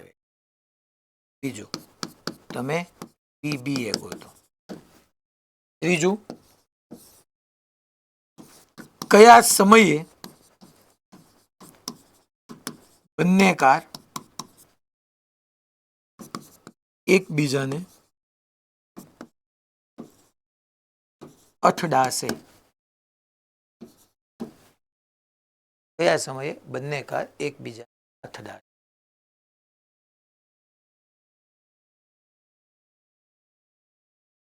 ચાલો, હવે આ છોકરાઓ 9મા લેવલના ક્વેશ્ચન થયા, પણ ગમે આગળ તમે જશો, બેઝિક તો આ જ રહેવાનું છે. ચાલો, હવે આપણે પહેલો ક્વેશ્ચન કરીએ. વીએબી. તો મેં તમને કીધું એમ કે આ તો આપણે લખી જ નાખવાનું, કઈથી જમણી બાજુ બધું પ્લસ, ડાબી બાજુ બધું minus, positive x, negative x. તો પહેલો જે વાત છે ધેટ ઇઝ વીએબી, એટલે આપણે એવું સમજ્યા કે મારે વીએ માઇનસ વી લખી નાખ, બીજું કાંઈ નહીં. વીએ કેટલું છે? તો કે જમણી બાજુ છે, આ સાઈડ પ્લસ આ સાઈડ, એટલે વીએ પ્લસ 20 આવશે. પ્લસ આપણે જનરલી નથી લખતા, માઇનસ. વીબી છોકરાઓ 30 ની લખવાનું ને, વીબી ઋણ એક્સ માં છે, અથવા એનો વેગ જે દિશામાં છે, બી નો વેગ એની વિરુદ્ધ દિશામાં છે. તો હું વીએ ની જગ્યાએ 20 લખું તો વીબી ની જગ્યાએ મારે 30 નો લખાય ને, કારણ કે વીએ હતો એની વિરુદ્ધ દિશામાં 30 છે, તમારે લખાય -30. સિમ્પલ. તો છોકરાઓ ખરેખર આ થઈ ગયું 20 + 30, 50 મીટર પર સેકન્ડ. તો આના ઉપરથી એક કોન્સેપ્ટ બની ગયો, મેં તમને હમણાં કીધું હતું કે ભાઈ સમાન દિશામાં જઈને એટલે વેગની બાદબાકી કરો, અને બે વિરુદ્ધ દિશામાં આવતો એટલે વેગનો સરવાળો કરો. પણ આવું યાદ રાખવા કરતા આ હલશે જ તે, પણ આમાંથી જ્યારે તમને સદીશ હોય, આગળ પ્લસ માઇનસ હોય, ગોટાળો ન થાય એની કરતા બેટર છે તમે પરફેક્ટ કરો. વીએબી એટલે વીએ માઇનસ. હું અઘરું છે? હવે તમે આમાં બરાબર સમજો, કોનો વેગ? એનો. કોણ નક્કી કરે છે? બી. કોણ નક્કી કરે છે? તો આપણને ખબર પડી ગઈ કે આમ થાય. બીજું વીબીએ, પેલો વીબીએ ગોતાવી દો. વીબીએ એટલે હવે કોનો વેગ આવશે? બી નો. કોણ નક્કી કરશે? એ. વીબીએ. તો આપણો કોન્સેપ્ટ ઈ કે છે વીબી માઇનસ વીએ થાય. ટૂંકમાં હું તમને એક જનરલ ઇક્વેશન લખાવી દઉં, પણ ટૂંકમાં જેનો નક્કી કરતા હોય ને જે અવલોકનકાર હોય એના વેગને બાદ કરવાનો. વીબી, વીબી છે +30 લખું -30. જો ને દોસ્ત, 30 આમ છે એને મેં ઋણ કીધું છે, આપણે જનરલ -30 જ આવે છોકરા. માઇનસ વીએ પ્લસમાં છે તો 20 લખ દોસ્ત. -30 -20 -50 મીટર પર સેકન્ડ. એટલે કોને નક્કી કર્યો? હે તો કે બી એ નો નક્કી કર્યો. કોને? એ. સાચી વાત છે ને છોકરા? એ બી નો નક્કી કરે તો એ -50 લગાડવાનું. સાહેબ આમાં અમને ઓલું ફિઝિક્સ સમજાવો તો ભૌતિક અર્થઘટન આનો શું થયું હું તમને કહું જોજો છોકરો બરાબર શાંતિથી મારી વાતને સમજજો. જવાબો તમારા બે આવી ગયા. અહીંયા પ્રૂવ થઈ ગયું બે વેગ સમાન મૂલ્યના વિરુદ્ધ દિશામાં હોય. એક +50 આવ્યું એક -50. ઇન્ટરેસ્ટિંગ વાત છે. હવે સમજતા જજો. ત્રીજો હમણાં કરાવું પહેલા તમને સમજાવું. જો છોકરાઓ હું આમ કહું ને VAB એટલે VA - VB એટલે A નો વેગ B ની સાપેક્ષે કેટલો મળ્યો 50. એનો B ને સ્થિર લઈ લેતો. હે સાહેબ B ક્યાં સ્થિર છે? B તો ગતિ કરે. તમે એને સ્થિર માની લો. આ 20 થી આવે છે, આ 30 થી આવે. 1 સેકન્ડમાં આ 20 આવ્યો, 1 સેકન્ડમાં 30 મીટર આવ્યો. તો 1 સેકન્ડના અંતે બે વચ્ચેનું અંતર કેટલું ઘટ્યું? 50. એમ કીધું આ સ્થિર છે ને આ એકલો જ 50 ચાલ્યો. એનો મતલબ એમ થાય સાહેબ આ ક્યાં સ્થિર છે? તમે સમજો આવું તમારે વિચારવું પડશે આ ફિઝિક્સના પોઈન્ટ ઓફ વ્યૂથી. VAB હોય ને એનો વેગ B ની સાપેક્ષે. જેની સાપેક્ષે વાત કરતા હોય ને એને સ્થિર લઈ લેવાનું હોય નહીં છોકરાઓ, લઈ લેવાનું કે આ સ્થિર છે. આ સ્થિર છે તો VAB 50 તો સાચી વાત છે. 1 સેકન્ડમાં 50 મીટર આગળ આવ્યો હશે. ખરેખર એવું નહીં થયું હોય. ખરેખર 1 સેકન્ડમાં 20 મીટર ગયો હશે, આ 1 સેકન્ડમાં 30 ગયો હશે. તો મને +50 મળ્યો તો તમને એવું થાય ને કે સાહેબ જમણી બાજુ 20 ગયો, ડાબી બાજુ 30 ગયો, બેની બાદબાકી કેમ ન થઈ? એટલા માટે મેં તમને સમજાવવા માટે કીધું કે તમે આને સ્થિર લઈ લો. આ સ્થિર છે, આ 20 આગળ આવ્યો, 30 આગળ આવ્યો. ખરેખર BA એનો વેગ કેટલો માપ્યો? 50. કે સ્થિર છે તો 1 સેકન્ડમાં 50 મીટર. ખરેખર સ્થિર હોય સ્થિર લેવાનો, માનવાનો. 50 ને સમજવા. સેમ અહીંયા માની ચાલો VBA આ હોય નહીં. VBA કોનો વેગ છોકરો? B નો. કોની સાપેક્ષે? A. એને સ્થિર લઈ લો. છે નહીં. ખરેખર -50 આવ્યો એટલે ખરેખર કોનો વેગ -50 આવ્યો? B નો. કોને દેખાનો? A ને. હવે ખરેખર શું છે? ખરેખર આ 20 આવેલો હશે, ખરેખર 30 આવેલો. પણ એ તો સ્થિર છે તો એને એમ થયું હશે ખરેખર કે બે વચ્ચેનું અંતર તો ઘટ્યું જશે તો એને એમ થયું હશે એ પોતે સ્થિર ધારી લ્યો. છે નહીં, ધારી લ્યો તો એને એમ થશે B મારી નજીક આવ્યો, મારી નજીક આવ્યો, ડાબી બાજુ આવ્યો, આમ આવ્યો, આમ માઇનસ. એક સ્થિર હોય નહીં, સ્થિર માનવાનું. હવે હું તમને સમજાવું નહીં, આવું કઈ કહું નહીં તોય બધું હાલે. એમાં હાલે જ છે, આમને બધું હાલે. એટલું સાહેબ ઓછું સમજાવે એટલી ઓછી દર ઘડે એટલા સાહેબ હારા. તું આવી મગજમારી કરવાની. પણ જે લોકો ભણે છે એને ક્વેશ્ચનને ફિલ કરવા છે, ટફ ક્વેશ્ચન આવે ત્યારે એ થોડા સક્ષમ બને એની માટે આ બધી વસ્તુ જરૂરી છે. કે ખરેખર હું VAB કહેતો ને તો B ને સ્થિર માનતો હોય નહીં, માનતો કે આ B ઊભું આ 50 થી આગળ ગયો, એ ઊભો આ 50 થી આમ ગયો એટલે -50. હવે છેલ્લો ક્વેશ્ચન. કયા સમયે બંને કાર એકબીજાને અથડાશે? આનો છોકરાઓ આ ક્વેશ્ચન હું બે રીતે કરા. એક સાપેક્ષ વેગના અસ્તિત્વ વગર 9મા ધોરણમાં પ્રશ્ન આવતો કે ભાઈ માની લો આ જે છે ને પેલા સાપેક્ષ વેગ હવે ઘડીક વાર ભૂલી જવાનો. સાપેક્ષ વેગ આપણે ભણ્યા જ નથી. અહીંયા ક્યાંક જઈને અથડાશે. આ D1 જેટલું અંતર કાપશે,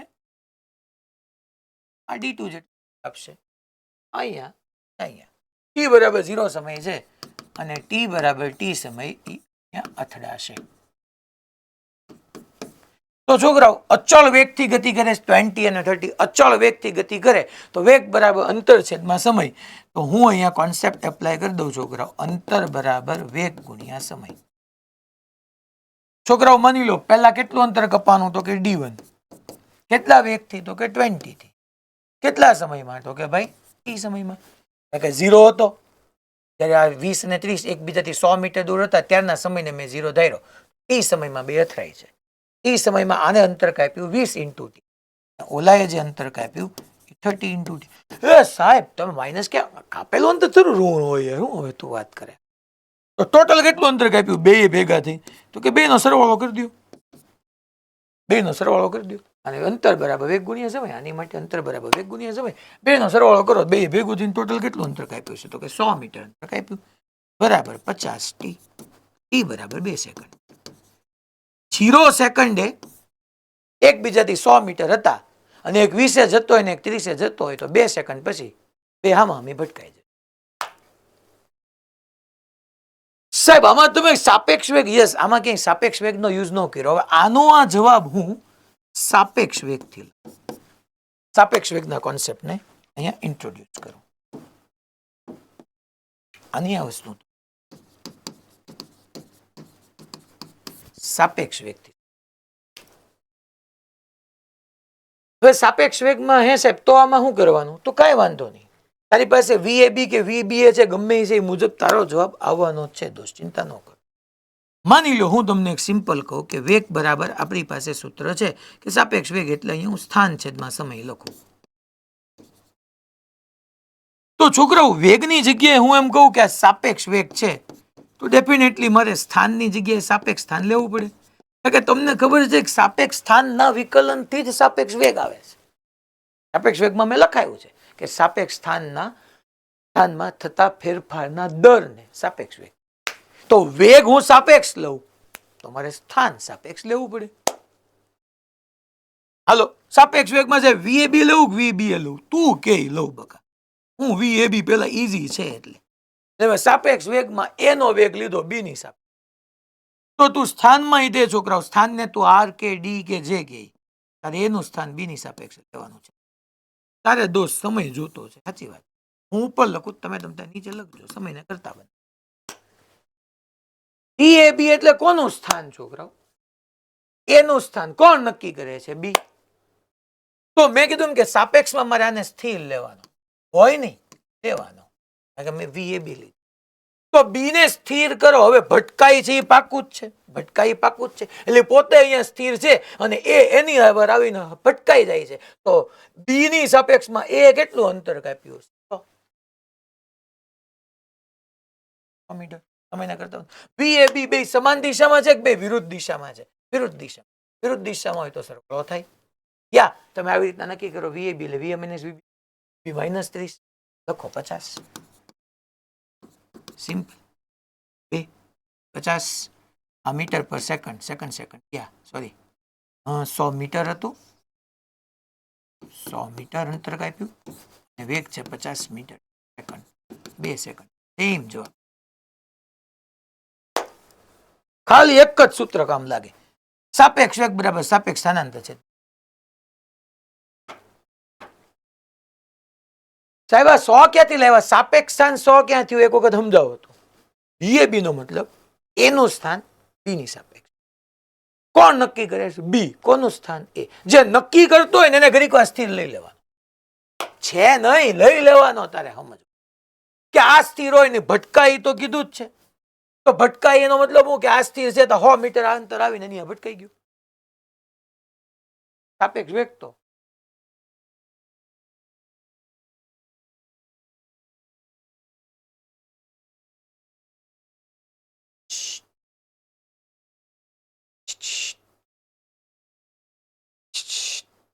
તમને કહો.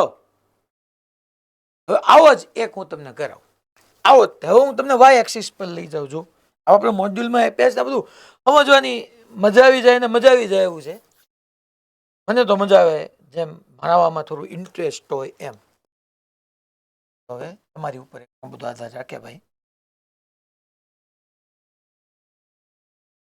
ઈશ્વરે કીધેલું છે તમારે તમારું કામ શ્રેષ્ઠ રીતે કરવાનું, તમારા એફર્ટ્સમાં કઈ બાકી નહીં રાખવાનું. તો પરિણામ શું આવે એ તમારા હાથમાં નથી. એ મારા હાથમાં નથી કે કેટલા સાંભળે છે ને કેટલા હું કરે. હવે હું પાંચમો, હજી મારે છઠ્ઠો ગણાવો છે, પણ પહેલા હું તમને આમ કહું કે આ જમીન, આ H ઊંચાઈનો ટાવર, પાછો ટાવરને યાદ કરીએ આપણે. પછી હું તમને એક મસ્ત નોટ લખાવી દઉં. હે સાહેબ તો ગણવાનો કઈ રીતે? પેલી પહેલી રીત હારી કે બીજી રીત હારી? સાપેક્ષ વેગનો યુઝ કરવાનો અમને કેમ ખબર પડે કે ક્યારે યુઝ કરવાનો સાપેક્ષ વેગ? એની માટે તમને એક નોટ લખાવી દઈશ. આય છોકરાઓ, હવે જો એવો ને એવો કરાવું, એવો ને એવો નથી કરાવો, રેવા દો ને થોડો, જોકે જવા દો ને. તમને 100 મીટર ઊંચાઈનો ટાવર. આ બધી ક્વેશ્ચન હું બધી વેલ્યુ મારી રીતે સેટ કરું છું, તમે સમજજો. આમાં આપણે કઈ ગમે લ્યો તમે તારે બિંદાસ. અહીંયા કોઈ એક વ્યક્તિ ઊભો છે, ઈ એના હાથમાં એક પથ્થર છે, એ પથ્થરને ઉપર તરફ, એ પથ્થર છે એનો પ્રારંભિક વેગ UA 30 મીટર પર સેકન્ડના વેગથી ઉપર તરફ ફેંકે છે. અને અહીંયા ટાવર ઉપર ચડીને બીજો એક માણસ છે એ નીચે તરફ મુક્ત પતન નથી કરાવતો હો. બી પથ્થર છે એને 20 મીટર પર સેકન્ડના વેગથી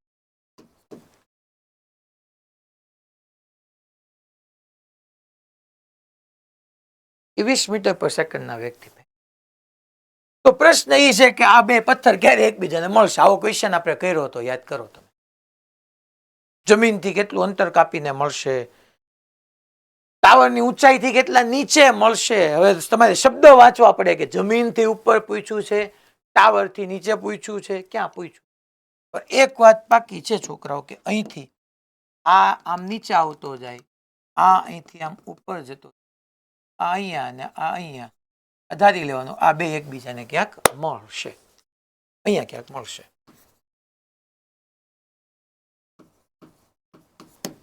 ધારો કે આને જે છે એ છોકરાઓ D1 અંતર કાપ્યું અને આને જે છે એ D2 અંતર. ક્વેશ્ચન એટલો છે કે બંને પથ્થર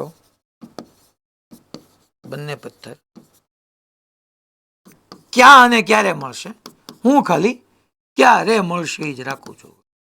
કારણ કે મારે અત્યારે કઈ તમને એનો પ્રોબ્લેમ રિપીટ કરાવવાનો ટાઈમ બગાડવાની કઈ જરૂર નથી. બંને પથ્થર ક્યારે મળશે, કયા સમયે મળશે, ટૂંકમાં સમય પૂછ્યો. ફેંક્યો એ સમય t બરાબર 0 છે. ફેંક્યો એ સમય t બરાબર 0 છે. તો એક તો છે કે તમે ફ્રી ફોલ ની જેમ ટ્રીટ કરો છોકરાઓ કે સાપેક્ષ વેગનો ક્યાંય યુઝ જ ના કરો. તો પહેલા હું તમને સાપેક્ષ વેગ વગર ગણાવું છું કે છોકરાઓ અહીંયા જો જી હંમેશા નીચે જોઈએ, આપણને ખબર જ છે.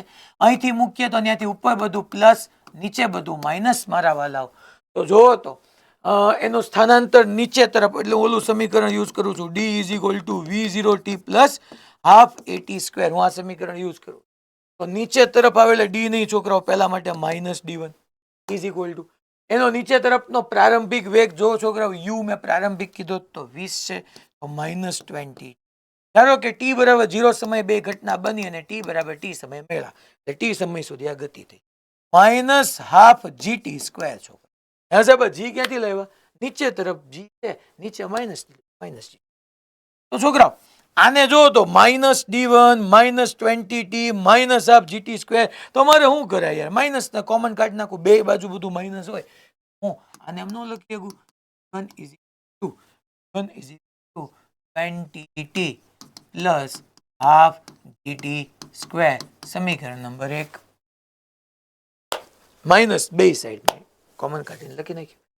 બીજા માટે હું તમને કહું, બીજા માટે તો કે બીજા ઉપર અંતર કાપ્યું, અહીંથી ફેંક્યું, અહીંથી છોકરો ઉપર તરફ બધું પ્લસ, નીચે તરફ બધું માઇનસ, સ્થાનાંતર ઉપર થયું d2 પ્લસ. આનો પ્રારંભિક વેગ ઉપર જ તે છોકરો 30t અને પ્લસ નહીં આવે છોકરાઓ, અહીંયા ડખો થશે કે જી ક્યાં છે છોકરાઓ? નીચે તરફ મેં માઇનસ લીધું, -12 gt સ્ક્વેર. સમીકરણ નંબર 2 મારે કમ્પલસરી બે ને ઉમેરવા જ પડશે, કારણ કે ઓલું નીચે d1 ને ઉપર d2 બે ભેગા થઈને ટોટલ 100 મીટર અંતર કાપશે. d1 પ્લસ d2 ની જગ્યાએ હું 100 મીટર લખી નાખું. બેનો સરવાળો કરો તો હાફ gt સ્ક્વેર ને -હાફ gt સ્ક્વેર કેન્સલ થઈ જાય. 20t ને 30t 50t છોકરાઓ. અને આ જે છે એના ઉપરથી તમને t ને કરતા બનાવો તો 100/2 50 આ 50 મીટર પર સેકન્ડ હોય, મીટર વ્યા જાય 2 સેકન્ડ. ઓલું x માં સમજાયું તો આ y માં સમજાયું, મેં x માં સમજાયું તો આ y માં સમજાયું. અને હવે અહીંથી રિલેટિવ માટે જો ભણાવું જ ને એ બરાબર શાંત. આ એક રીત 2 સેકન્ડે એકબીજાને મળે, ઓલામાં 2 સેકન્ડ એકબીજાને અથડાતા, 1 સેકન્ડે એકબીજા 2 સેકન્ડ એકબીજાને મળે. હવે હું તમને અહીંયા અલ્ટરનેટિવ સોલ્યુશન આપવાનું. આની આ વસ્તુ બીજી એક કઈ રીતે, બીજી રીત પાછવામાં હું ઇંગ્લિશ મીડિયમ હોય ને તો મારે અલ્ટરનેટ લખાય. આ રીત 1, આ રીત 2. જો એક વસ્તુ સમજો, હું લખાવી છે જ્યારે કોઈ બે પદાર્થ, બે કાર, બે પથ્થરો, બે સિક્કાઓ, બે વસ્તુઓ વચ્ચેનું અંતર વધતું કે ઘટતું હોય ને ત્યારે સાપેક્ષ વેગનો કોન્સેપ્ટથી તમે ફટાફટ જવાબ લાવી શકો. લખાવી દઉં તમને. બે પદાર્થો વચ્ચેનું અંતર ઘટતું હોય, જેમ કે બે એકબીજાની નજીક આવે છે, બે વચ્ચેનું અંતર ઘટે છે, યા ઇવન બે વચ્ચેનું અંતર વધતું હોય, બે પદાર્થો વચ્ચેનું અંતર ઘટે વધે ત્યારે હંમેશા સાપેક્ષ વેગ એ સૌથી સરળ રીત. તો હું છોકરાઓ રીત 2 માં સાપેક્ષ વેગની રીતે તમને દાખલો ગણાવું. તો સમીકરણ લખું ડી બરાબર સ્થાનાંતરનું સમીકરણ v0t plus half at square. હવે તમને ખબર જ છે કે ખાલી એક વેગ સાપેક્ષ થોડું હોય. સાપેક્ષ વેગ કોના ઉપરથી આવ્યું? તો એક સાપેક્ષ સ્થાનના સમય સાથે ફેરફાર થવાથી જ સાપેક્ષ વેગ આવ્યો. તો હું અહીંયા આમ લખીને હાલી જાઉં છોકરાઓ કે v0ab આવું લખીને હું પૂરું કરી દઉં તો ખરેખર મેં ખોટું લખ્યું કહેવાય. કારણ કે હું વેગ સાપેક્ષ લઉં છું. એ VAB આવ્યો ત્યાંથી હોય કે સાપેક્ષ સ્થાન હોય. મારે ડી જ લખવું. અને હું જો છોકરાઓ સાપેક્ષ વેગ સાપેક્ષ સ્થાન પરથી લઉં, સાપેક્ષ વેગ હોય તો પ્રવેગ એ સાપેક્ષ જ હોવું. બધું સાપેક્ષ હોવું. જે સદિશ રાશિ છે, સ્થાનાંતર, વેગ અને બધું સાપેક્ષ જ હોવું. સિમ્પલ વાત છે. તો આવું હવે આપણને ખબર જ પડી ગઈ કે આ મુક્ત પતન છે, અચળ પ્રવેગ છે. આ સમીકરણ યુઝ કરી નાખવાનું સાપેક્ષ નહીં. ચાલો DAB. એ સાહેબ તમે ક્યારના DAB લ્યો? DB લ્યો એટલે તમને સમજાય. એ લઈશું હમણાં તમ તારે.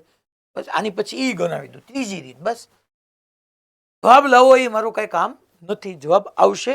અલગ અલગ મેથડ ડિસ્કસ કરવી એ આપણો અહીંયા મેઇન. તો DAB લઈએ. DAB નો મતલબ હું હે સાહેબ? A નું સ્થાન B ની સાપેક્ષ.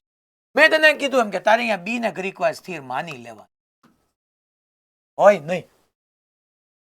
હવે માની લો પૂછ્યું છે ક્યારે અથડાશે એટલે ધેટ મીન્સ કે A B આવે અથડાવાનો. તું B ને સ્થિર માની લે તો A B આવે અથડા. એ માટે A કેટલું અંતર કાપ્યું હશે? 100. ઉપર કાપ્યું હશે +100.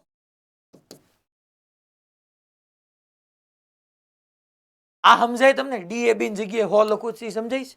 એમને એટલે B સ્થિર હશે ને એને હા કયો તો કે સ્થિર માનવાનું હશે કે માનવાનું? ઘણા બધા બોલ્યા માનવાનું હોય નહીં. સાપેક્ષમાં નક્કી છે.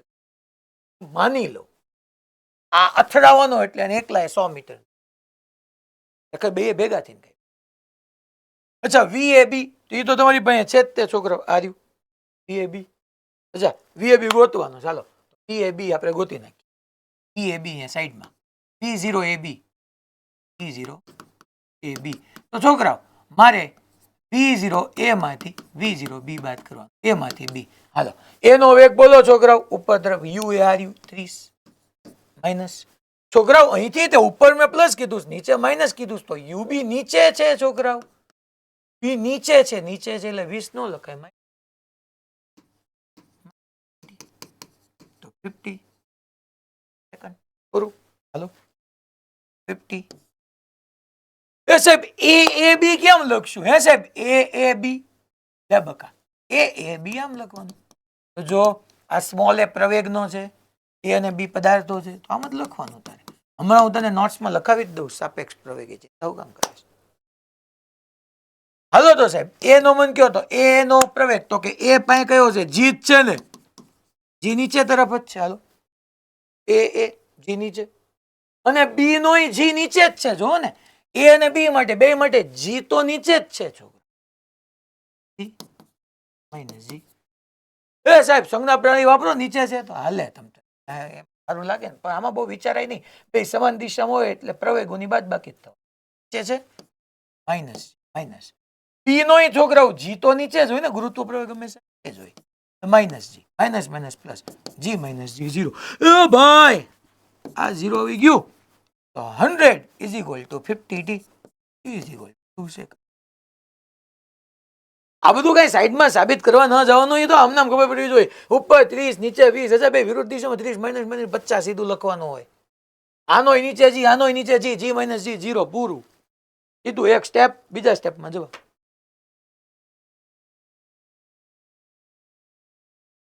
અલા ખબર પડી ભાઈ અહીંયા સુધી પેલા બધાને. પાક્કું મેં બે રીતે લાવ્યો ભાઈ. એશિયાનો હલો બધા સેન્ટરો. ઓકે અમદાવાદ.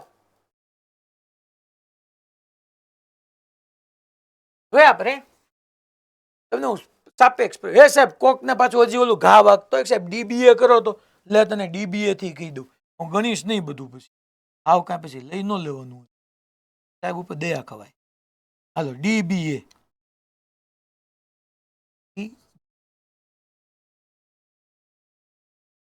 ડીબી એનો મતલબ બી નું સ્થાન એની સાપેક્ષે. ત્યારે સ્થિર કોને લેવાનો? એને. હોય નહીં, લઈ લેવાનો. આ સ્થિર. અને આ સ્થિર છે અને ઓલો બી સ્ટોન છે ને 100 મીટર નીચે આવીને એની અથડાય છે, નીચે આવે છે. B0 બી વીબી માઇનસ વી. વીબી કેટલો છે? વીબી વીબી અહીંયા છતાંય હું તમને શું કરતા લખાવું. V B minus V. વીબી છે છોકરાઓ 30 પર નીચે, સોરી 20 પર નીચે છે એટલે -20. માઇનસ ઓફ વી એ ઉપર છે, ઉપર એટલે +30. -20 -30 -50. તો અહીંયા છોકરાઓ -50. એ બી એ તો 0 જવાનું. આવી ગયું. એ બરાબર 2 સેકન્ડ. કઈ યાદ રાખવાનું નથી આવ્યું છોકરાઓ. મેં તમને બધી વસ્તુ સમજાવી છે. બાકી આ માઇનસ લેવું પ્લસ લેવું ની ગોખી ગોખીને બઠ્ઠા પડી જાય બધા. હવે આપણે સાપેક્ષ પ્રવેગ. અચ્છા, ટૂંકમાં સાપેક્ષ વેગનો કોન્સેપ્ટનો યુઝ ક્યારે કરવો એને આપણે પહેલા એક નોટ તરીકે હેડ કરાવી દઉં. કામની વાત, કામ કી બાત, નો બકવાસ, નોટ. ત્યારે બે પદાર્થો કે વસ્તુ, ત્યારે બે પદાર્થો વચ્ચેનું અંતર વધતું ઘટતું હોય ત્યારે સાપેક્ષ ગતિનો ઉપયોગ કરી શકાય.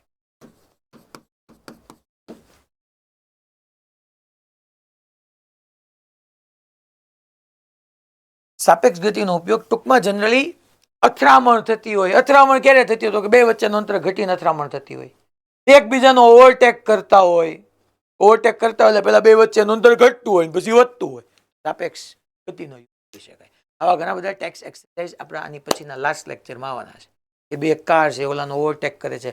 લાસ્ટ ટૂંકમાં 2025નો, હજી તો આ વર્ષનો જ કહેવાય, આ વર્ષનો પીવાયક્યુ આપણે સોલ્વ કરશું. નીટનો ટેક્સ એક્સરસાઇઝ આખી બેઠી મૂકી દીધી આના કોન્સેપ્ટ પરથી છે. બે પદાર્થો વચ્ચેનું અંતર વધે, માની લો અંતર વધતું હોય ઘટતું હોય એટલે છોકરાઓ ઓવરટેક કરતા હોય, ભટકાતા હોય, અથડામણ થતી હોય, બધા જ કેસ માટે એપ્લિકેબલ. ત્યારે તમે સાપેક્ષ વ્યક્તિ ગણી શકો. હવે હું અહીં હેડિંગ આપી દઉં છોકરાઓ, સાપેક્ષ પ્રવેગ. ચલો, સાપેક્ષ પ્રવેગ એટલે ત્રીજી વાત આપણી રિલેટિવ એસલરેશન. તો છોકરાઓ સાપેક્ષ પ્રવેગનો મતલબ થશે વેગમાં થતા ફેરફાર. સાપેક્ષ વેગમાં થતા પ્રવેગ એટલે વેગમાં થતા ફેરફારના દરને.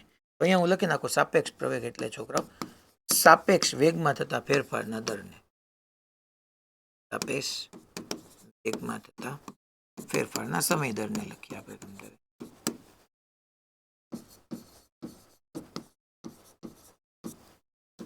ધેટ મીન્સ છોકરાઓ હું આમ કહું કે એ બી એ નો પ્રવેગ બી ની સાપેક્ષે, તો આ એમ કે છે કે તમારે લખાય વી એ બી.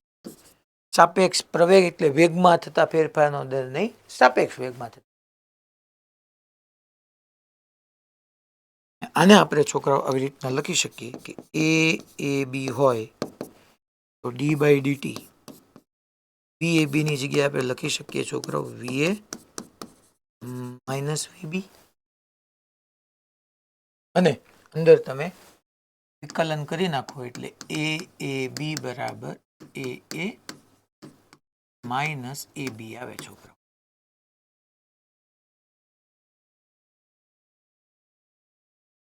એમ રીતે છોકરાઓ એ બી એ કહું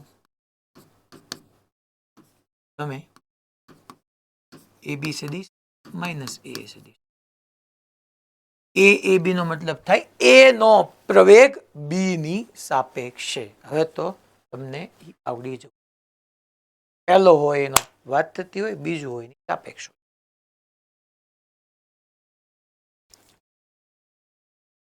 આ છોકરા વાપરું સાપેક્ષ પ્રવેગ આવી ગયો. હવે જો હું તમારી સાથે એક સરસ મજાની ડિસ્કશન કરું છું, એક સારો ક્વેશ્ચન સમજાવું છું, પછી લિફ્ટમાં આમાં પ્રક્ષેપ ગતિ લેશું. આમાં પ્રક્ષેપ હવે જો સમજો વેક્ટર ભણાવ્યું, વેક્ટર આજ સુધી આવ્યું ને, શરૂઆત સાપેક્ષતા વેક્ટરથી કરી. એવું નહીં આવે, બધું ધીમે ધીમે ધીમે ધીમે કોલિંગ થતું જશે. 12માં જશો ને ન્યાય આ બધું આવશે. તો હું આની અંદર ક્વેશ્ચનને થોડો ઓર ટફ કરું ને એક સરસ ક્વેશ્ચનનું આપણે ડિસ્કશન કરીએ. ક્વેશ્ચન અઘરો છે, સારો છે, સમજવા જેવો છે, પછી હું તમને એનો શોર્ટકટ આપી દઈશ. આવું ક્વેશ્ચન હોય ને તો આવું કરવાનું. એક છોકરો લિફ્ટ છે, લિફ્ટ. હા બોલો. તો લચા લખવાનું બાકી જ ઠીક છે. મેં કીધું હું થયું, મને તો એમ થયું ક્યાંક પાછો બોમ્બ ફૂટી ગયો તો મૂંઝાઈ ગયો. મેં કીધું હારું ચાલો લખી લ્યો. ત્યાં હું બે ઘૂંટ પાણી પી લઉં.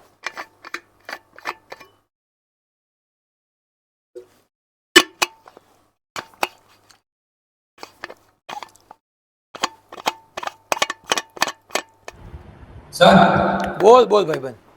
તો સર આ વખતે સર હવે સર મોકનો સિલેબસ મોકનો સિલેબસ આ કહી દઉં જો. 11માનું 11મું 12મું હશે એટલે તમારું કેટીજી અને થર્મોડાયનેમિક્સ. અને આ ચેપ્ટરમાંથી પ્રોજેક્ટાઇલ મોશન અને રિલેટિવ મોશન, પ્રક્ષિપ્ત ગતિની સાપેક્ષ વેગ. એટલે તમારે જાજો સિલેબસ ન થઈ જાય. 11 12 2 અને હજી ઘણી બધી જગ્યાએ ફ્લુઇડ મિકેનિક્સ ચાલે છે, કોઈક જગ્યાએ આગળ પાછળ હોય એટલે નેક્સ્ટ ટેસ્ટની અંદર પછી હું ફ્લુઇડ આખું લઈ લઈશ. રાઈટ. અત્યારે 11 12 અને આપણે જે છેલ્લા પ્રક્ષિપ્ત ગતિ ભણ્યા અને સાપેક્ષ. કારણ કે બીજા ત્રીજામાંથી બાકી બધું તો કેટલી વાર આવી ગયું, ભણીએ તે દૂના આવે છે. હવે ખાલી પ્રક્ષિપ્ત ગતિ અને સાપેક્ષ વેગ બે વસ્તુ. પણ એની અંદર પછી ઓલો અચળ પ્રયોગી ગતિનું સમીકરણ આવે પાછું એમ ન કહેતા કે સાહેબ પછી એટલું સમજવું એમ. નહીં તો આ પાછા હું એમ કે સાહેબ તમે તો ના પડી હતી.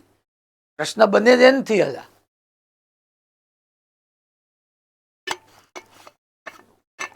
હાલો હાલો રે હાલો. પછી તમને સમીકરણ લખાવી દઈશ પાછા. પણ છોકરાઓ જીવનમાં આવી એક લિફ્ટ છે, યુનો આવી એક લિફ્ટ છે મસ્ત. આવી એક લિફ્ટ છે, લિફ્ટ. અને લિફ્ટમાં એક બાબો ઉભો છે. લિફ્ટમાં એક બાબો ઉભો છે.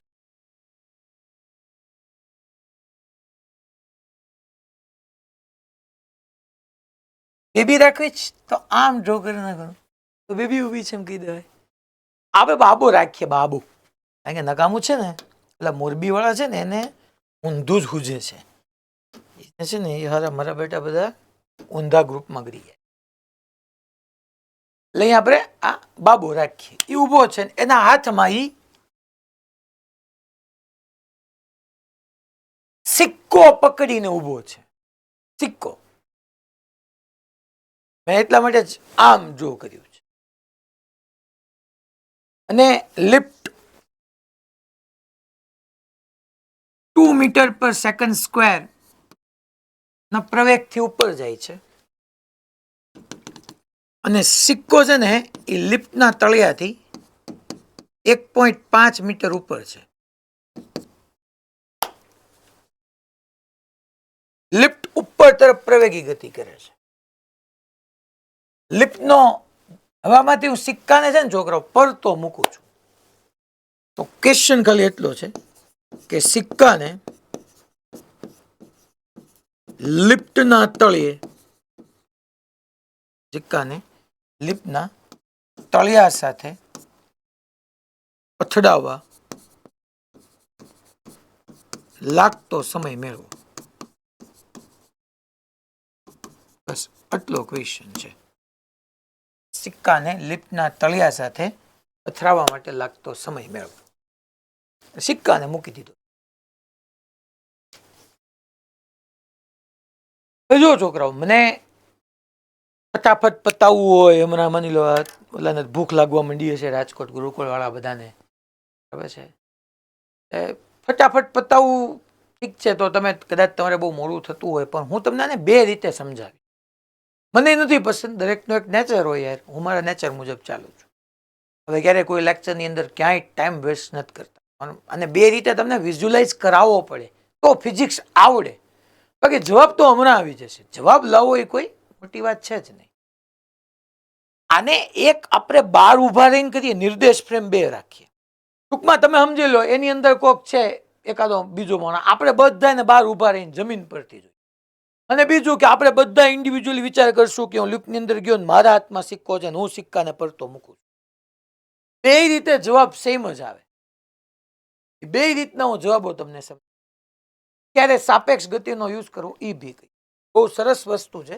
તેમાં વધારે સમય હું નહીં લઉં. તમે પહેલા સમજો સોલ્યુશનની અંદર પહેલા હું જમીન પરથી લખું છું. જમીન પરથી અવલોકન લેતા,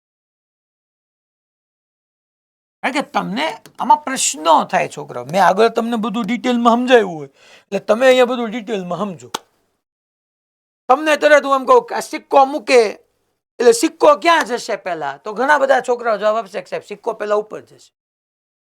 જે તમે સિક્કાને મૂકો છો એ સમયે જે લિફ્ટનો વેગ હશે એ સિક્કાને મળશે. કારણ કે મેં તમને ઓલા બલૂન વાળા ક્વેશ્ચનની અંદર એ ભણાવ્યું હતું. બલૂન વાળા બલૂન પ્રવેગી ગતિ કરતો હતો તોય મેં કીધું તું યાદ કરો કે મળતો તો વેગ જ, તમને યાદ હોય તો પહેલા હું જમીન પરથી, નિર્દેશ ફ્રેમ જમીન છે એટલે જમીન પરથી અવલોકન કોઈ કરે છે. આપણે બધા જમીન પરથી અવલોકન કરીએ છીએ અને આની અંદર કોઈ એક માણસ સિક્કાને મૂકે છે તો આપણને એમ જ લાગશે છે કે લિફ્ટ પર ગઈ તો પેલા સિક્કો ઉપર ગયો પછી નીચે આવ્યો, કારણ કે ચીતો નીચે છે, ચીતો ઓલવેઝ ડાઉનવર્ડ. તો છોકરાઓ રિયાલિટીમાં શું થશે, જમીન પરથી જોતા કે આવી રીતની લિફ્ટ છે, આવી રીતની આ છોકરાઓ લિફ્ટ છે, આ લિફ્ટ હતી. અને છોકરાઓ આ જે લિફ્ટ છે એ અત્યારે હું અહીંયા હતી, તમે સિક્કાને પરતો મૂક્યો,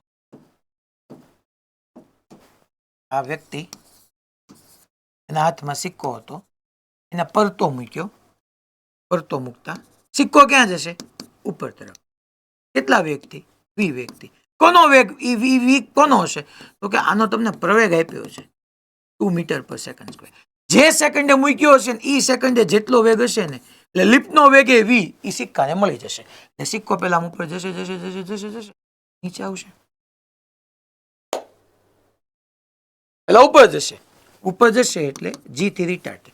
સાહેબ આની પાસે વેગ કયો હશે, આની પાસે વેગ કયો હશે, v હશે. એ v ક્યાંથી લાવો, માની લો કે t બરાબર 0 સમયે મૂક્યું, એ સમયે 2 મીટર પર સેકન્ડ સ્ક્વેરના પ્રવેગથી ગતિ કરતો હતો. હવે તે પ્રારંભમાં લિફ્ટ સ્થિર હતી ને 5 સેકન્ડ બાદ મૂક્યું તો તું એપ્લાય કરી નાખ. v બરાબર પ્રારંભિક લિફ્ટ સ્થિર એ 2 થી જતું હતું, 5 સેકન્ડ બાદ મૂક્યું. ટૂંકમાં મેં જ્યારે મૂક્યો ને ત્યારે લિફ્ટનો વેગ 10 હતો તો 10 થી ઉપર જશે, સિમ્પલ. લિફ્ટનો વેગ એ v, સિક્કો ઉપર v થઈ ગયું. ઓકે, હવે સિક્કો ઉપર જઈને એ તો g થી રિટાર્ડ થતો છે. રિટાર્ડ એટલે પ્રતિ પ્રવેગી ગતિ કરતો, એનો વેગ ઘટે ઘટે ઘટે ઘટે ઘટે 0 પછી પાછો નીચે આવતો જાય. એ સમય દરમિયાન લિફ્ટ શું કરતી હશે, લિફ્ટ એમાંથી પેટી ઉપર જ આવતી હશે ને, એમાંથી પેટી ઉપર આવતી હશે ડેફિનેટલી. લિફ્ટ અહીંયા આવી ગઈ હશે ક્યાંક આમ. તો આ લિફ્ટ ડ્રો કરું છું, લિફ્ટ એટલી ઉપર આવી ગઈ હશે, લિફ્ટ ઉપર તો જવાની જ તે બકા.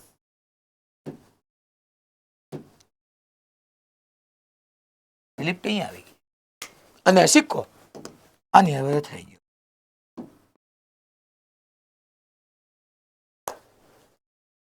આ ઉપર જઈને નીચે આવ્યો પણ લિફ્ટ હરવા જતી જ. કોક કે સાહેબ અહીંયા નો થાય બકા, લિફ્ટ પ્રવેગી ગતિ કરીશ, લિફ્ટ ઉપર જવાની, અહીંયા જઈને જ રહી ગયું. તો સિક્કાએ કેટલું અંતર કાપ્યું, લિફ્ટે કેટલું અંતર કાપ્યું, કારણ કે તમને જોવો ને અથડાવવા માટે લાગતો સમય પૂછ્યો છે. તો હું સિમ્પલ કહું છોકરાઓ, મને આની અંદર એટલું સમજાય કે સિક્કો અહીંયા હતો એ નીચે ગયો એટલે સિક્કાએ કેટલું અંતર કાપ્યું d1 અને લિફ્ટે કેટલું અંતર કાપ્યું d2. અને તમે જોવા જાવ ખરેખર આ બે વચ્ચેનું અંતર કેટલું હતું, 2 મીટર હતું, સોરી 1.5 મીટર હતું.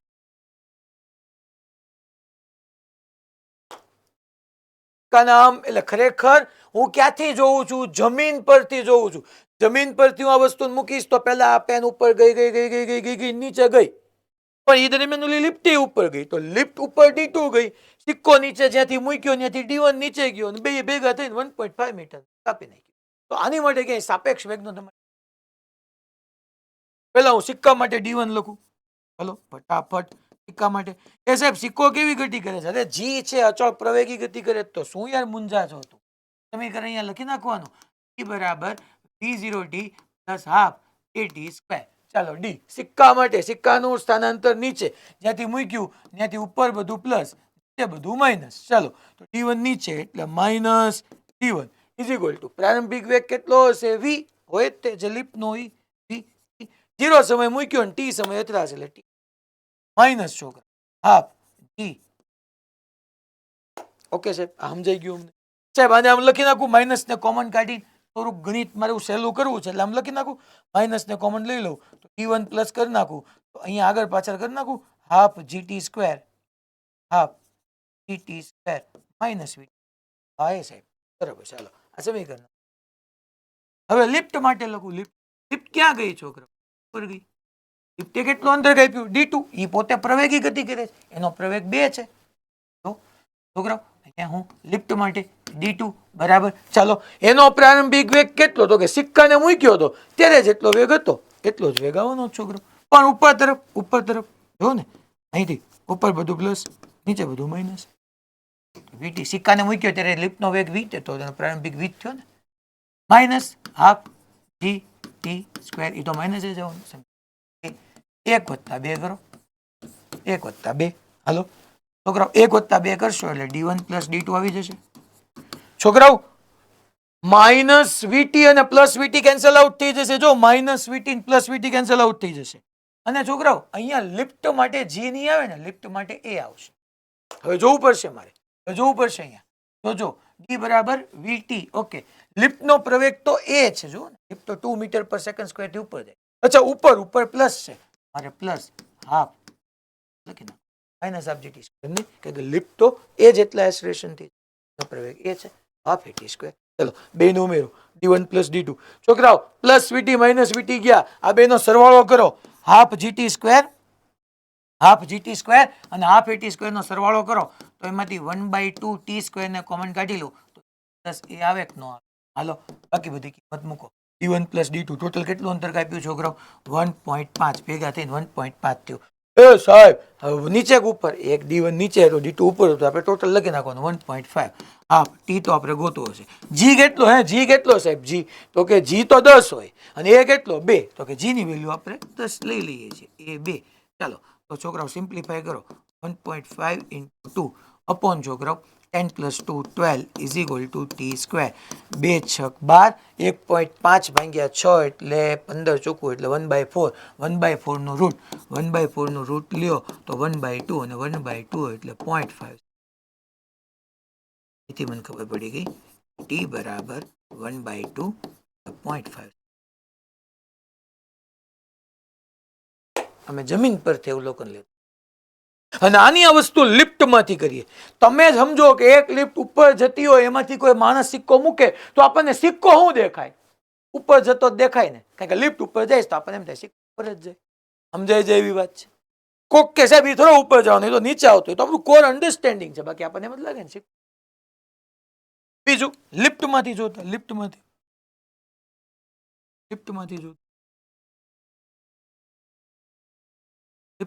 અવલોકન જમીન પરથી અવલોકન. હે સાહેબ એટલામાં પતી જાય? બતાવું જોવો ને તમે આવું કામ કરો. લિફ્ટમાંથી અવલોકન. હવે લિફ્ટમાંથી અવલોકન કરો. આપણે બધા વિચાર કરો લિફ્ટમાં મૂકીએ ને તમે લિફ્ટમાંથી મુક્ત પતન કરો તમને ખબર જ છે કે સીધો સીધો નીચે જ જાય. બહારથી જોવો તમને એમ લાગે કે ઉપર ગયો. એમ એવું કેમ લાગે? કરો કોઈ વસ્તુ ઉપર જતી હોય ને તેના હાથમાંથી પડી હોય તો તમને પહેલા શું લાગે કે એવું ઉપર ગયું. પણ હવે હું અંદર લિફ્ટમાં જઈને જોઉં કે હું તો આ મૂકું છું ભલે લિફ્ટ ઉપર પ્રવેગી ગતિ મેં મૂક્યું મને તમને હાથો સીધું નહીં. તો હું લિફ્ટમાંથી અવલોકન કરું ત્યારે સાપેક્ષ વસ્તુનો કારણ કે આ બે વચ્ચેનું અંતર ઘટી રહ્યું છે તો સાપેક્ષ રીતે યુઝ કરું તો છોકરાઓ આપણે સાપેક્ષ ગતિનો યુઝ કરીએ તો હું સ્થાનાંતર આપણે લખી નાખીએ. ચાલો કોઈનનું સ્થાનાંતર લિફ્ટની રિસ્પેક્ટમાં. સી એટલે કોઈન, એલ એટલે લિફ્ટ. કોઈનનો પ્રારંભિક વેગ લિફ્ટની રિસ્પેક્ટમાં એટલે યુ લખું છોકરો U L. D is equal to U T plus half A L. મેં યુઝ કરી તો જમીન પરથી હતું અહીંયા સિમ્પલ હાલો તો છોકરાઓ, હવે તમને અહીંયા સમજાઈ જવું જોઈએ કે આ કોઈનનું સ્થાનાંતર લિફ્ટની રિસ્પેક્ટમાં મેં કીધું તું જેની સાપેક્ષમાં હોય એને સ્થિર રાખી દેવાનું. લિફ્ટને તમે સ્થિર રાખી દો તો કોઈન કેટલું અંતર કાપવાનું છે? તો કે 1.5.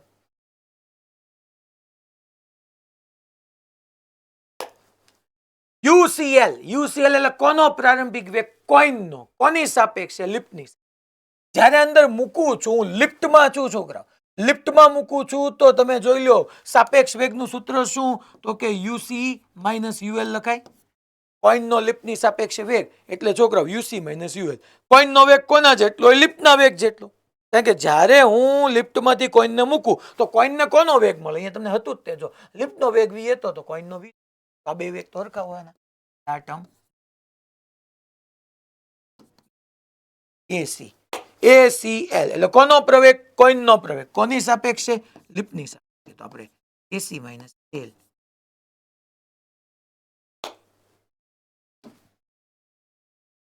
હા સાહેબ, હાલો ગણતરી કરો. તો અહીંયા 1.5 ઇઝ ઇક્વલ ટુ ટી નથી ગણવાનો નહીં. હા, એસી કોઈનનો પ્રવેગ. કોઈન ક્યાં આવતો હતો છોકરાઓ? નીચે. અને એ ક્યાં હતો? ઉપર. બે વિરુદ્ધ દિશામાં હતું. જેમ કે જી કોઈનનો પ્રવેગ, કોઈન મુક્ત પ્રવેગ થઈ ગયો કોઈન માટે એટલે જી નીચે, ઓલું ઉપર. એ સાહેબ તમે અહીંયા નીચે છે તો પ્લસ માઇનસ ન લીધું, હાલ તો તું લિફ્ટને સ્થિર રાખી દે તો કોઈન નીચે તરફ કેટલું અંતર કાપવાનું? -1.5 -1.5.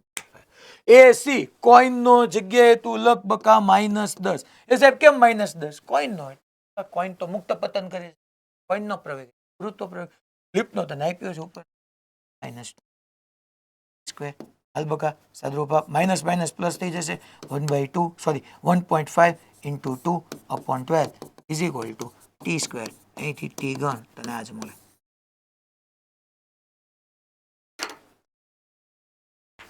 આ મેં તમને આખે આખું મિકેનિક્સ થી સમજાવ્યું, જેની અંદર આપણે ટૂંકમાં ફ્રી ફોલનો ની કોન્સેપ્ટનો યુઝ કર્યો. આ મેં તમને સાપેક્ષ વેગ અને સાપેક્ષમાં સ્થાને સાપેક્ષ લેવાનું, વેગે સાપેક્ષ લેવાનું, પ્રવેગે સાપેક્ષ લેવાનું. એ સાહેબ તમે જીરો કેમ કહી દીધું? હું લિફ્ટમાંથી જોઉં છું તો જ્યારે છોડું છું ત્યારે કોઈનનો પ્રવેગ કેટલો હોય? લિફ્ટના પ્રવેગ જેટલો જ હોય. સોરી, કોઈનનો પ્રારંભિક વેગ કેટલો હોય? લિફ્ટના પ્રારંભિક વેગ જેટલો જ હોય. એ તો બે હરખા થઈ ગયા.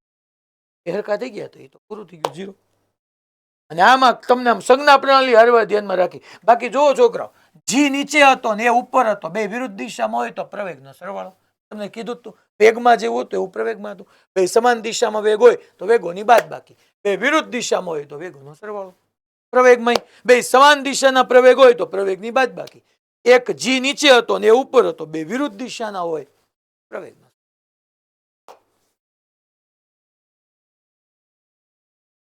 એલા ખબર પડી ભાઈ, હલો બે રીતે મેં કરાયો. આ પાકું આ બધી વસ્તુ સમજાણી બધાને. એક જણને પ્રશ્ન પૂછીશ તો પાછો સમય જશે, હું નેક્સ્ટ લેક્ચરમાં પૂછીશ. આજે હોમવર્ક બધે લખ્યું, તમે કરવાનું નથી. આ બોર્ડ વર્ક એકવાર કરીને મૂકવાનું. બોર્ડ વર્ક એકવાર કરીને બધાએ મૂકવાનું. ઓકે, નેક્સ્ટ લેક્ચરમાં મળીએ છીએ. સારું.